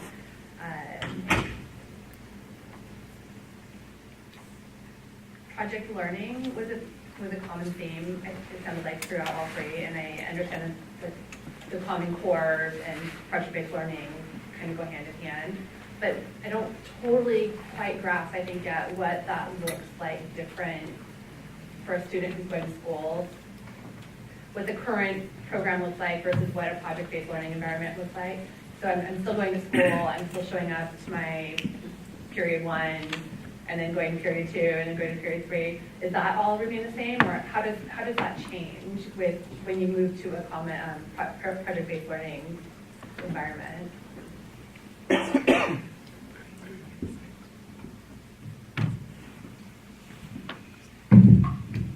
So yes, one thing we have not discussed or foresee the need of is changing the bell schedule, so students would follow a schedule from moving class to class as they do now. However, the experience that students have when they're in that classroom, we hope will be radically different. We imagine that students will be always seated in collaborative groups facing each other so they can have the learning with and through each other. We imagine that all of the questions that are posed and the tasks that are given to students all have some kind of real world application. And sometimes in our traditional settings, we might have a task that is due at the end of the hour. We imagine that in our project-based classrooms, the tasks are more complex, richer, and extend over longer periods of time. At one of the schools we visited, they even had student-generated group contracts where students talked with each other about what are the expectations for successful completion, what is each of our role and responsibility in engaging in this long-term task, and what will we do if we don't meet our milestones. So the level of collaboration and inquiry-based learning and relationship with what are actual problems occurring right now in our world is heightened in a project-based learning setting. Does anybody want to add anything to that? Yes, I'll add a few things to that, and that's, imagine walking into a classroom and you're not sure who the teacher is because all the students are engaged in a discussion with each other. And so right now, if you were to walk into any classroom right now, you know exactly who the teacher is at the front of the room. They're giving direct instruction. In project-based learning environment, there's always room for direct instruction, but the majority of the time is going to be spent with students dialoguing with each other, working towards their project. And that is what we feel is the most powerful thing, is students will be able to collaborate with each other on a daily basis. Thank you, that's helpful for me just to picture what I'm looking at differently. There were two groups of students, or two groups of families, I guess, that I was, again, just wondering like how they fit into this. I noticed in all three of the communities that the percentage of socioeconomically disadvantaged students decreased fairly significantly between middle school and high school. And I'm curious where those students are going, or is it that their incomes are suddenly being increased by high school students who are working, and how project-based learning in each of these, the three different sort of models would help keep those students from middle school to high school, so we're not, somehow it looks like we're losing somebody. And then the other population of students that I'm wondering about are the families who are currently opting out of MPUSD. And do we have any idea what those families want and how these models, these programs might encourage or motivate those families to choose MPUSD versus other options? I'll throw a couple more questions out. I'm also really curious to know what some of the crazy moonshot conversations were, like what was totally out there that doesn't necessarily fit with what we can really do, but I'm curious to know what that thinking was and sort of where the vision lies and all of that. And then specific to the city of Marina, I like the idea of putting an emphasis on college preparedness and college readiness. But I also wonder about some of the students that maybe aren't planning or don't see, the families that don't see their student as articulating to a college environment, and what we can do or what we would need to do to keep them engaged and present so that they're not thinking, oh, I'm now on this college track and I'm not headed there, so I'm just going to kind of check out. How do we make sure that we've got those folks engaged over the long run? Thank you, but it was fabulous. My head is full of more questions and ideas and thoughts, and look forward to continuing this conversation. Thanks.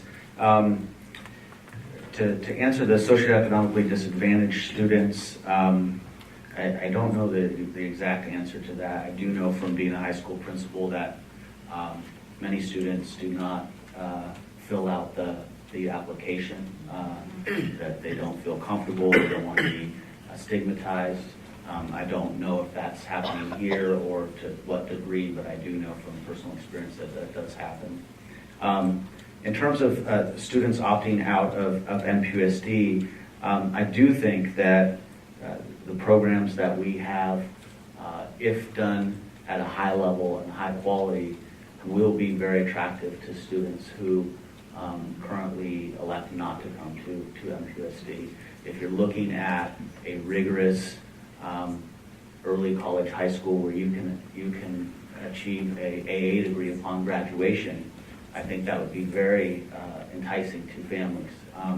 if you're looking at a new tech model in which students are have one-to-one computing, and particularly at Seaside as they're building out their computer science pathway, I think that would be extremely attractive to some families. And certainly the academy model with the IB as part of it at Monterey High School, we have a number of IB students through the International School of Monterey that I believe would like to continue their IB path, but currently don't have a high school to do that in. And I think this would serve that purpose as well as attract others. But I think the key to it is that all have to be extremely high quality, right? You can do IB to the level of rigor that it intends, and you cannot, and I've seen it both. But if we do it right, I do think all three communities would have options that would bring kids back.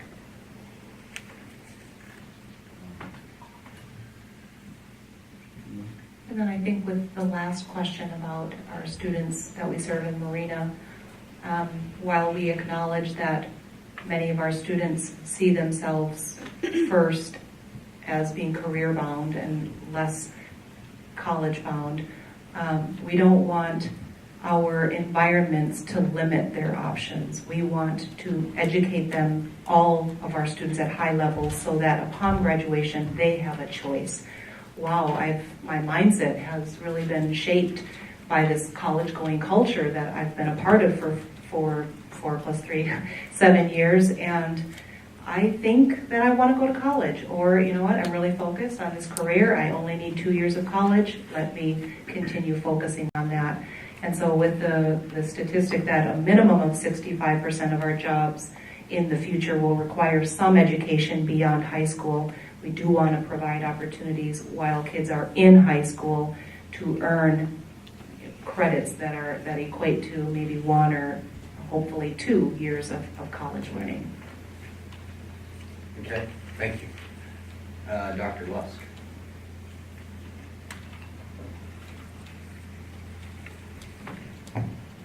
I'm really excited.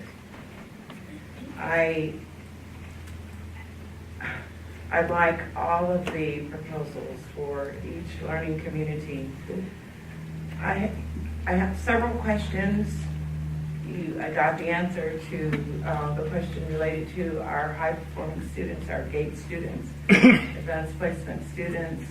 And I've talked, I think most of you are aware that my concern has been about students leaving this district. And they leave beginning at the middle school level. And so I especially am excited about the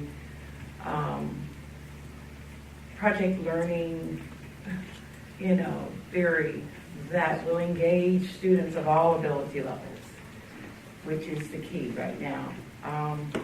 I have several questions that relate to the alternative high school. I like the fact that we are looking at a new model for those students that are already on this path.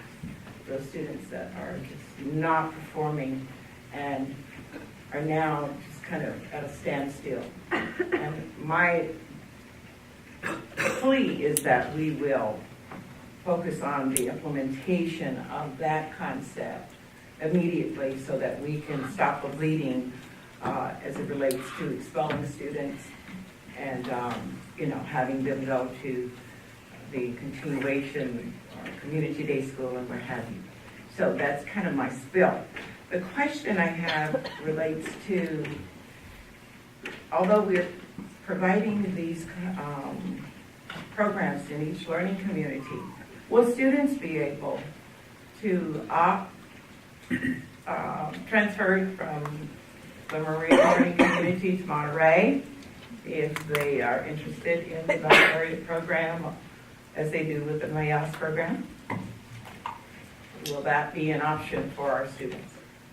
Absolutely. So I think the ideal is that each community has high quality options that meet different kids' needs, and we all know kids learn in different ways and then could choose those options. Already we have an open enrollment throughout the district, but I think that in this regard, the choices would be made based on the program that the kid was especially interested in, the type of learning experience that he or she would want to have, rather than my parents went to this school, so I'm going to go to that school, or this school has the best sports program, although I know that's will always be for some kids very important. But hopefully the driver will really be the high quality programs, and if we have them in all communities, I do imagine kids moving across from Monterey to Marina and Marina to Monterey and everything in between, if we do it in the right way. Wonderful, wonderful. The other question that I have relates to the engagement of our community, our communities, and our parent groups. This wonderful new learning system for the Seaside community students is great. We take the Chromebooks home. How will parents be provided training? Or maybe this is a question that will come, the answer will come later, but how are we going to truly engage the community and parents in the shift, or maybe not a shift, but this restructured method of the delivery of instruction? Because without that support, that's a major component. So how will you begin to approach that? So I think I speak for both Carlos and I when we say that there's a lot of excitement with our parents right now. Part of that is because we have a strong partnership with Gear Up, and Gear Up has really helped us with the recruitment of parents.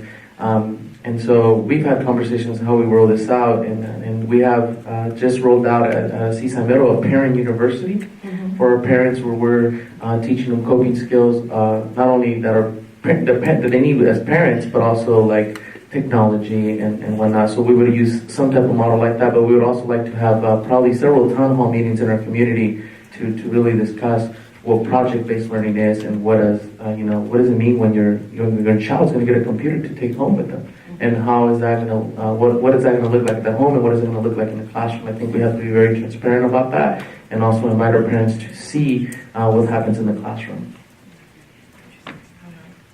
And my last question has to do with the alternative program. Mr. Crawford, you mentioned the Cascadera continuation school.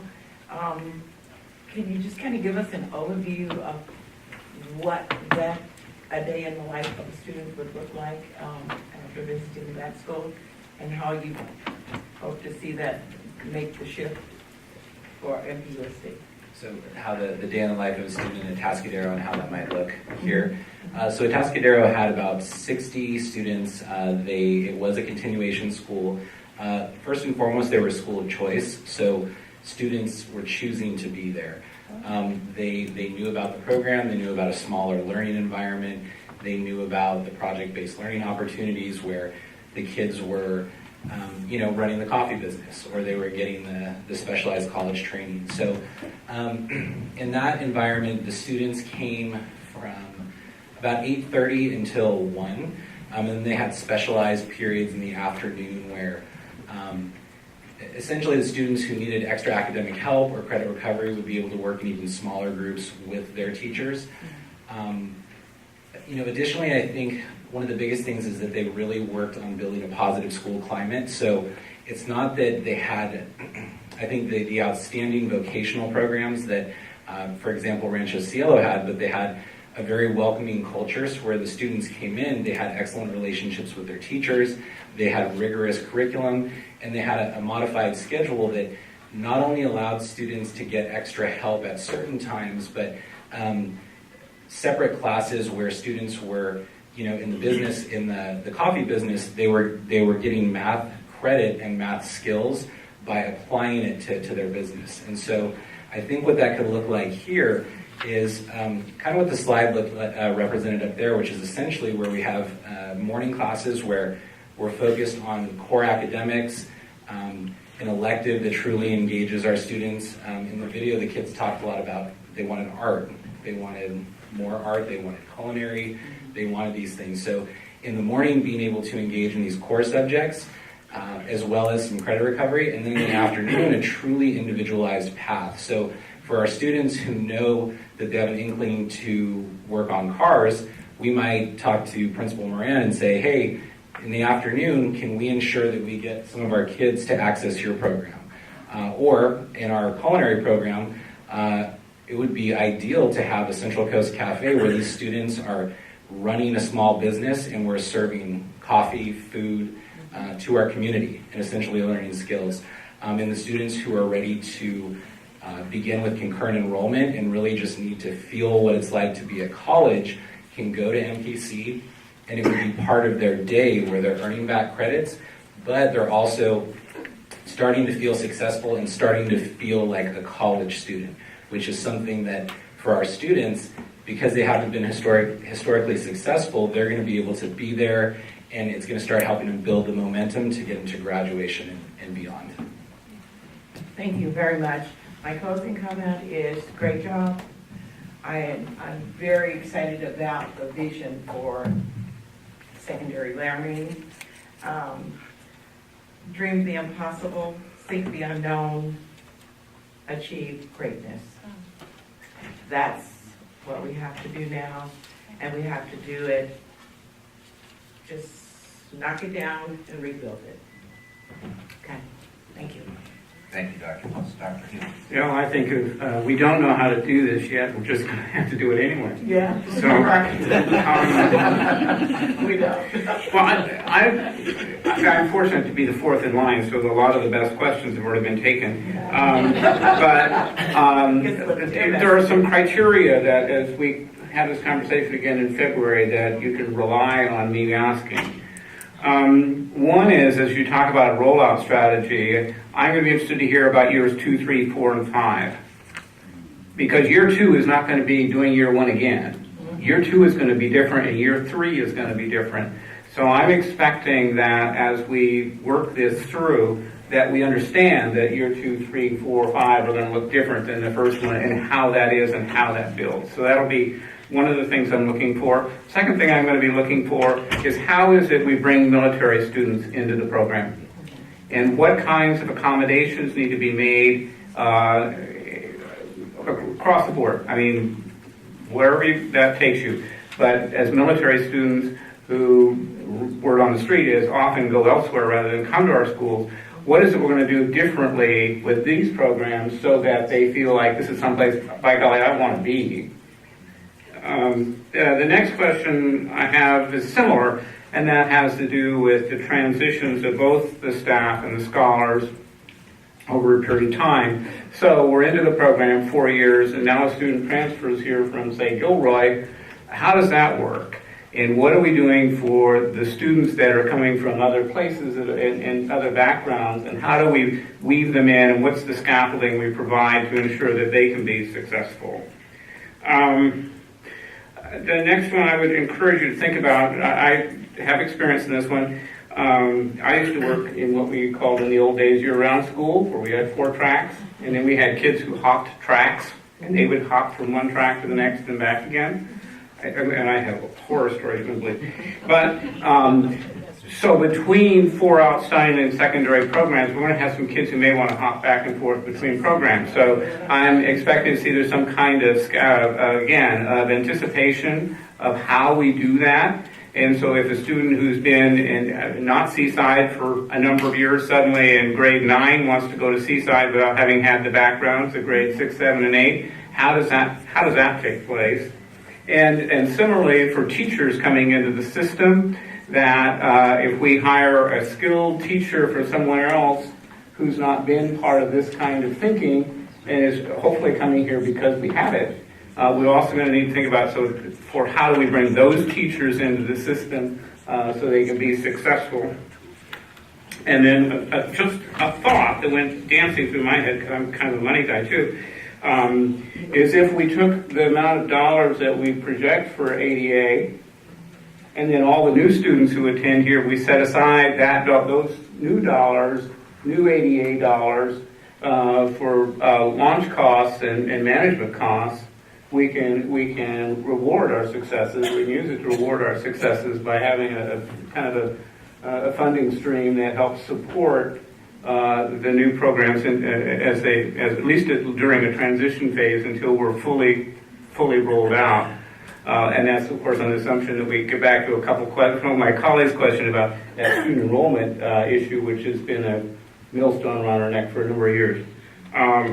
But, Betty asked how I thought. I said, go big or go home. So certainly go big. So I'm excited. Any questions you want to tackle on that? That's quite a list, but very, very good questions. I think these are more kind of take back home questions and bring back. No, I intended that. Ms. Miles, questions? I'm trying to find out which ones are left.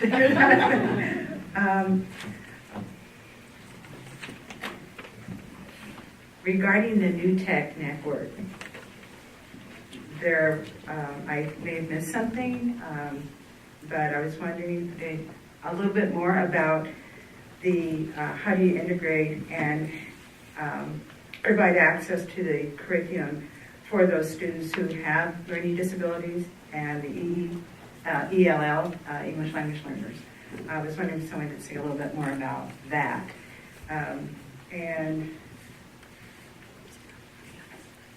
then my other question would be addressed to Ms. Tyson regarding the percentage. Is there any data regarding the percentage of students who not only go off to college or to other types of programs on their career path who actually complete college or either get a certificate in some other type of program?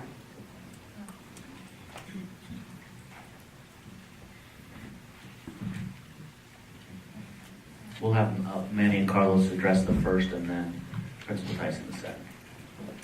Correct. So in terms of our ELL students, the nice thing about project-based learning, it allows students to connect their prior knowledge to the content. And so when students are able to collaborate and work together, they're able to help each other and to provide that scaffolding for each other. And the other thing is there's going to be a very targeted academic language used in all content areas. So students will still receive their ELD support classes, but when they're in their English class or math class, they will be using academic language. And the great thing about project-based learning is they're getting a chance to use that language with each other out loud. A lot of times they're not given the opportunity to speak in class.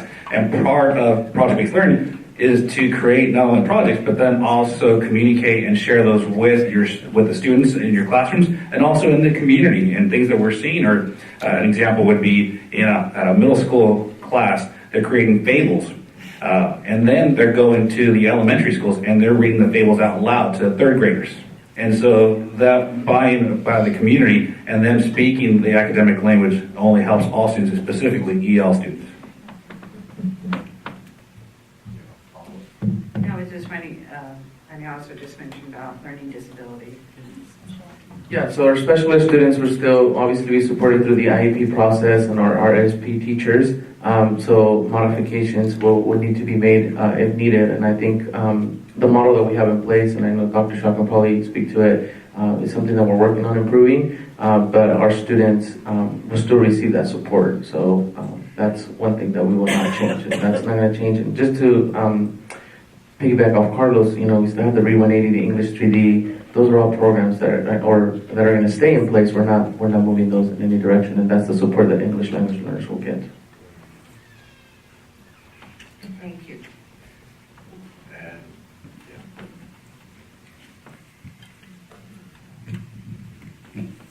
Okay, so the data that I have with me this evening is the data of students that graduate from an early college preparatory high school, where 71% of them go to attend a four-year university when you're looking at the national average for low-income students is only 54%. But with regards to the number of students that actually graduate from a four-year university, I would have to come back and get you that information. I don't have the percentages on me, but I do know that they persist through college at a higher rate than the students who have not had an early college experience. They did do a longitudinal study. Still less than we would want, but I think across the country we're realizing we really have a challenge with students not just getting into college, but persisting through. And in this model, it does help increase those rates. Well, if there's any data out there that actually has some percentages, it would be really interesting to know, if it's like those who persist maybe 5% greater than in other programs, coming from other programs, or it might be 25 or 30 or even larger. So it'd be interesting to have those specific numbers. You good? I'm good. Thank you. Mr. Cheney. Thank you. Well, first, I'd like to congratulate all of the staff on the vision, the hard work, and where we've come in a year and a half. I know when PK talked about this world-class district, what is that? Well, it's a great statement, but what does it equate to? And I think this is a step towards achieving that. And you're right, John, most of the questions have been asked. But so I'm going to just make the statements. I do agree, John, that the board and the community needs to come up with a 5-year plan from year 1 through year 5. So that's going to be on us. This will be tied to the LCAP, so we'll have to do a study session. We can't do anything unless we budget it. It just doesn't work without money. So budget has to be upfront and talked about and worked through. And I think that's where the 5-year plan comes in. The other thing I wanted to talk are the pathways. I know that the JPA, we have how many million now dollars of grant money available, Lisa, that we can tap into as we go forward. We have yet to receive that. We have If money we get coming. it, there would be an additional approximately $4 million over 3.5 years. 3 years, right. So that's good seed money for a lot of what we want to do. The pathways, I think, are the way to go. I think that the modalities have to be multiple if we're going to go into the future and learn properly. We just can't sit there and lecture to the kids anymore. It's just not working.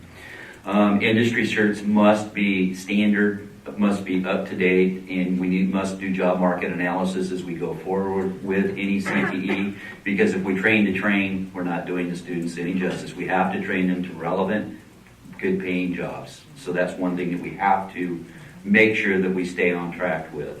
And some CTEs will drop off and new ones will pick up. And we have to be able to go forward and understand that this is the way the world is now. It's moving so quickly, we have to be able to adapt and make changes and have the fortitude to make those changes. One of the things, I've seen these models work in my past life. One of the issues is transportation. If we do go to academies at the different schools, one of the benefits to the academies over the private schools is you get the comprehensive school feel. You get the band and you get the sports and you get the feel of your school. But half day you get to go to somewhere else, and that's important. That keeps the students engaged. I think that's critical. But transportation is something we're going to have to look at. It is an issue, and we're going to have to budget it. We're going to have to look at the fleet, our old fleet, and see what we're going to do to ensure that we have the drivers and the buses to get these kids from campus to campus. I do love the college half day. I think that's great for the lower socioeconomically disadvantaged kids. They're not thinking about going to a 4-year college. They're thinking about relevance and getting enough education and getting a job so that they can support themselves. If we can introduce these kids to college and they say, you know what, this isn't that tough. I get this. I think that's huge for that economically disadvantaged population. We need to show them that they can do this and that they can experience. I'm making more statements than questions. I understand because I'm taking the questions. We need to ensure that, from CTE to AVID, to IB, that we've got to college, that we've got the rigor in the programs. That these kids are learning real world skills and the knowledges that they need to go forward into this world. Now let's talk about moonshot thinking. as I said earlier, budget, we have to build everything we do out of a budget. That's just our reality. I know that we have campuses that are sitting vacant right now. We need to think outside of the box and look and see what we can do. What are we going to do with these campuses that are vacant? Can we sell them? Can we leverage some of that, if we can sell them, to fund some of this? But we have to really take a good hard look at this. What do we have? What are our needs, current needs? I know we have vacant classrooms all around the district. We've got to take a good look at what we're doing with our campuses and use those campuses to the extreme. And the ones we're not going to use, we need to do something with them, and use that money. John Hill says today's money's for today's students, and I'm with you on that. That's what we have to be looking at and thinking. Relevance to me is key to success in any student. And relevance from my perspective is, how can I go out and make a living for myself and for my family? I think that's relevance for all students, unless they're super rich and we don't have those kids. So, and then one of the kids said it in the video perfectly. I thought that wrapped it all up. In he quoted, if we understand what we're learning and we're not memorizing it, it's easy. We get it. And that's the key. Give them the relevance, let them do the group work, let them collaborate so that they get it. Then you don't have to lecture to them. It's done.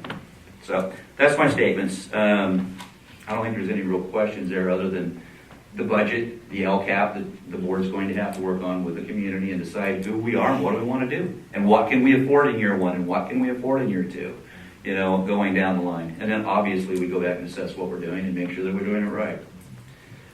But then, and the other piece of that is, what are we going to stop doing that's not paying off? And that's the hardest question of all to face, is what are we not going to do so that we can do this other stuff, which has become more important. Everything that we do is zero-based. I mean, there's X amount of dollars to do all of this. What can we let go, and what do we want to add? What do we have to let go to add? Unless we can go out and get some private financing or be, thinking outside the box in this moonshot. We don't have the ability to print dollars like the federal government does. We get a budget, we live with it. Okay, thank you very much. Now, the thing about going last is that, not only are all the good questions taken, so are the statements. But thank you. Just so you know, if there's any questions that you didn't get asked, I know the superintendent won't mind getting an email with those questions and responding, and also the public. Do you have anything to add real quick before we go to the public? Somebody else had something to add? Sorry about that. Go ahead. I really wanted to ask about the timeline. I saw the timeline briefly. And so if you could just review, I know January, February, if you could just put that back. There's one question that I had related to it coming to the board meeting in February for an information item, and then back the same month for approval. So I just wanted to see that one more time. Just one of the previous slide. One more. One more. Yes, that's the one. So proposed timeline, January, feasibility study. Then it would come to the board on the 9th for information, and that would specifically relate to budgeting and staffing for the Seaside Learning Community that's going to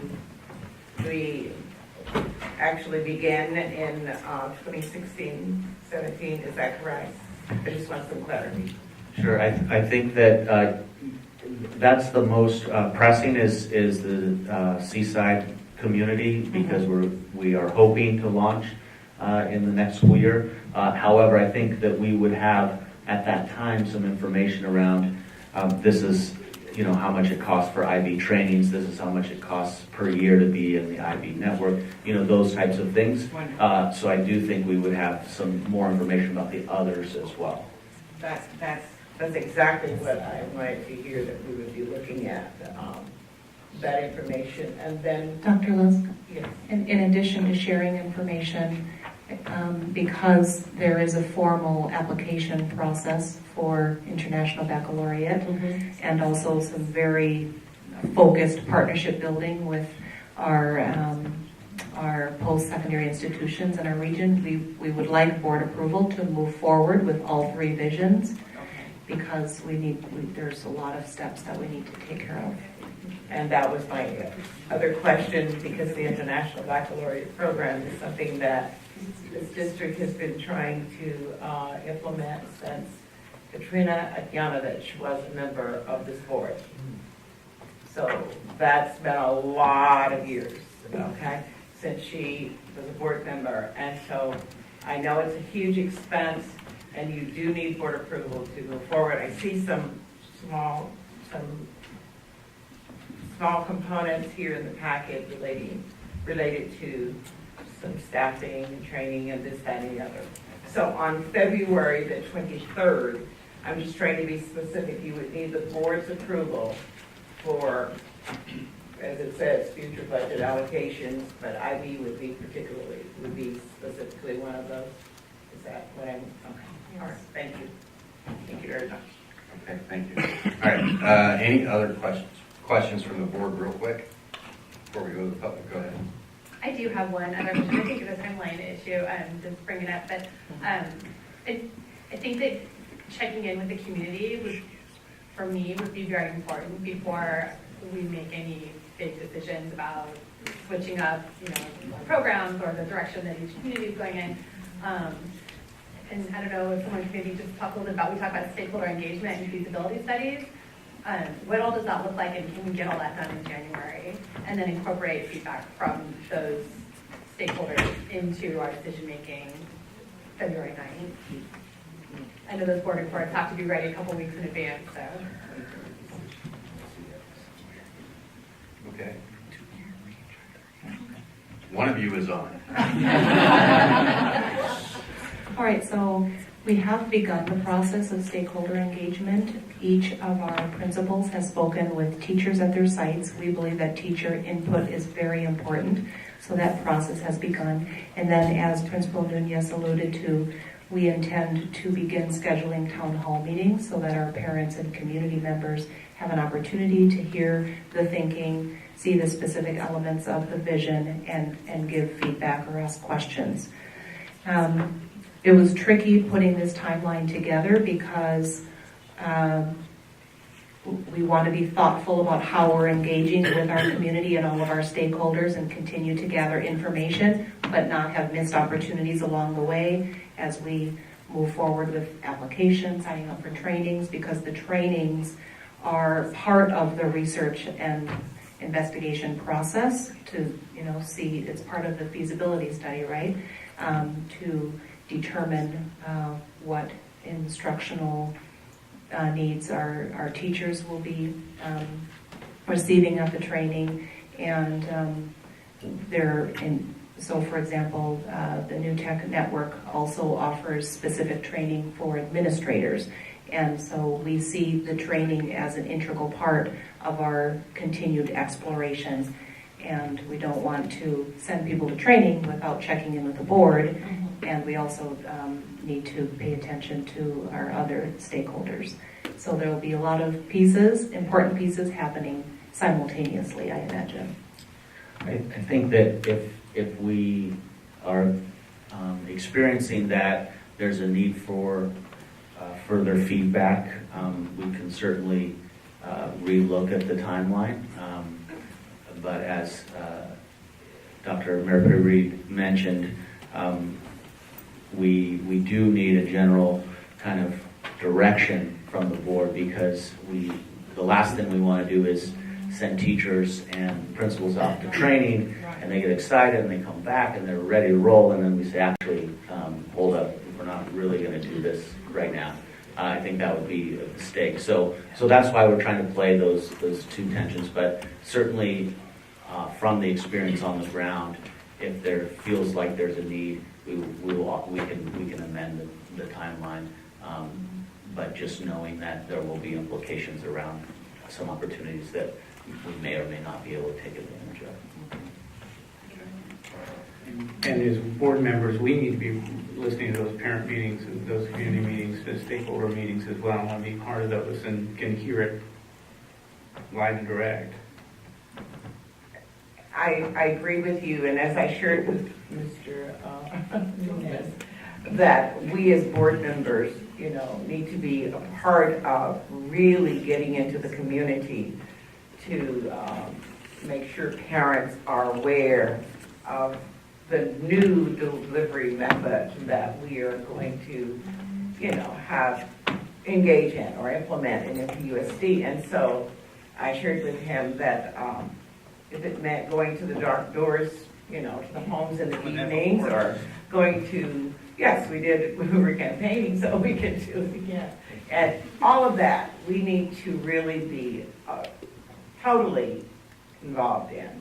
And that's the only way we're going to get our communities fully engaged, that we be visible and really talk this thing up.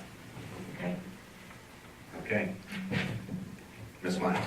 So again, for clarity, will we be engaging, starting our outreach to the parents right after the holidays, or when would that actually start? Beginning in second semester, right after the holidays. Okay. All right. Why don't we take a minute? Let's go to the public for any questions or comments before we go too much further. Is there anybody from the public that has any questions or comments for staff? Really? Come on. Nobody? Okay. All right. Well, there is one. Hello, good evening, board members, superintendent, administrators, community members. My name is Jorida Defendis. I'm a new teacher at Seaside Middle School. I teach Math 8, and when Mr. Nunez shared the vision to me, I was so excited.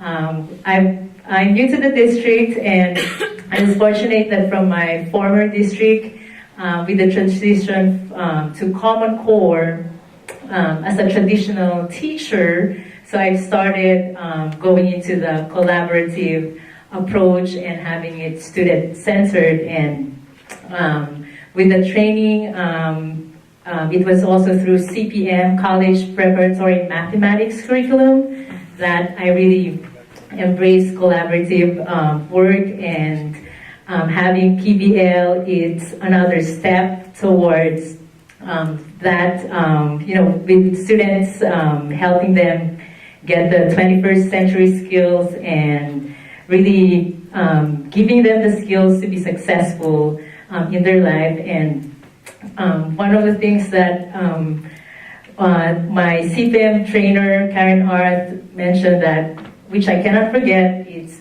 all about the students. It's not about us. It's all about the students and their success. So if we need to do the hard work and help them succeed, then that's the way we need to go. Thank you. Thank you. Okay. Anybody else? Maybe there is. Yes, Alice. Good evening, Allison Tribe for MBTA. This was a really in-depth presentation. It's the first time I've seen it, and it was really in-depth. I had a few questions. Mr. Cheney touched on one of them, was busing. So looking at if we're going to create schools of choice, are we going to provide students with busing, and at what cost? Because I know right now, if it's not in your learning community, you have to pay to ride the bus, and it's going to be a lottery system as it currently is. So how is that going to work and impact our students who, if they really want to go from Marina to Seaside to do the technology piece, how are we going to get them there? So that's one thing I think that we definitely need to look at. And the other piece of it is that I've heard a lot about community engagement and stakeholder buy-in, and I've heard one person mention the teacher buy-in, or mention teachers. That's kind of a huge component of what we're trying to do. I know some campuses have had some pretty good in-depth conversations with their teachers regarding the new programs that might be rolling out there.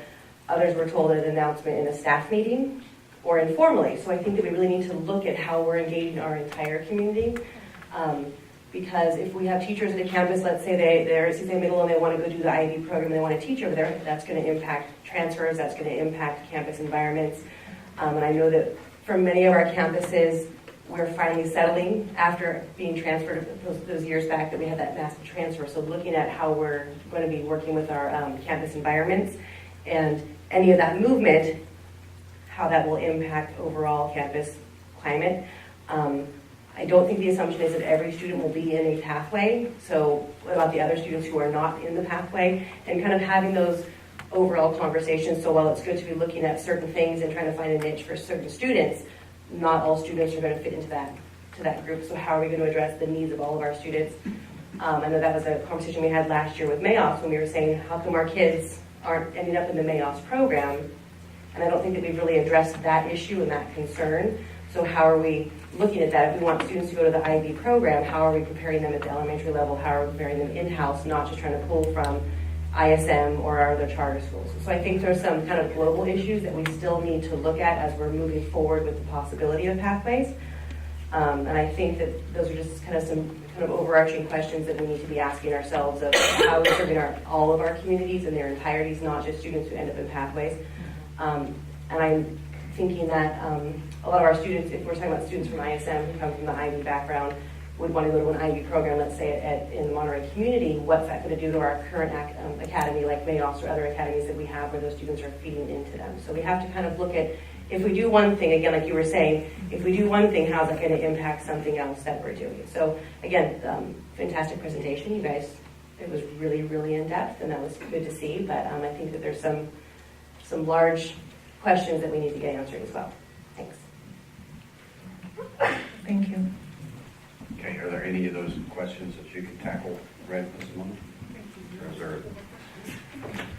I think those are, along with John's, are kind of take-home questions that we need to bring back. But certainly, just want to publicly say that we are committed to engaging our teachers, and we know that without teachers being inspired and committed to inquiry-based teaching and learning, it won't work. So we know that, and we're committed to engaging them. And what I hear from many teachers, not specific to IB or project-based learning, but just in general, is that they're longing for both the freedom and the support to be able to teach in different ways, and they're starting to feel that now that NCLB is officially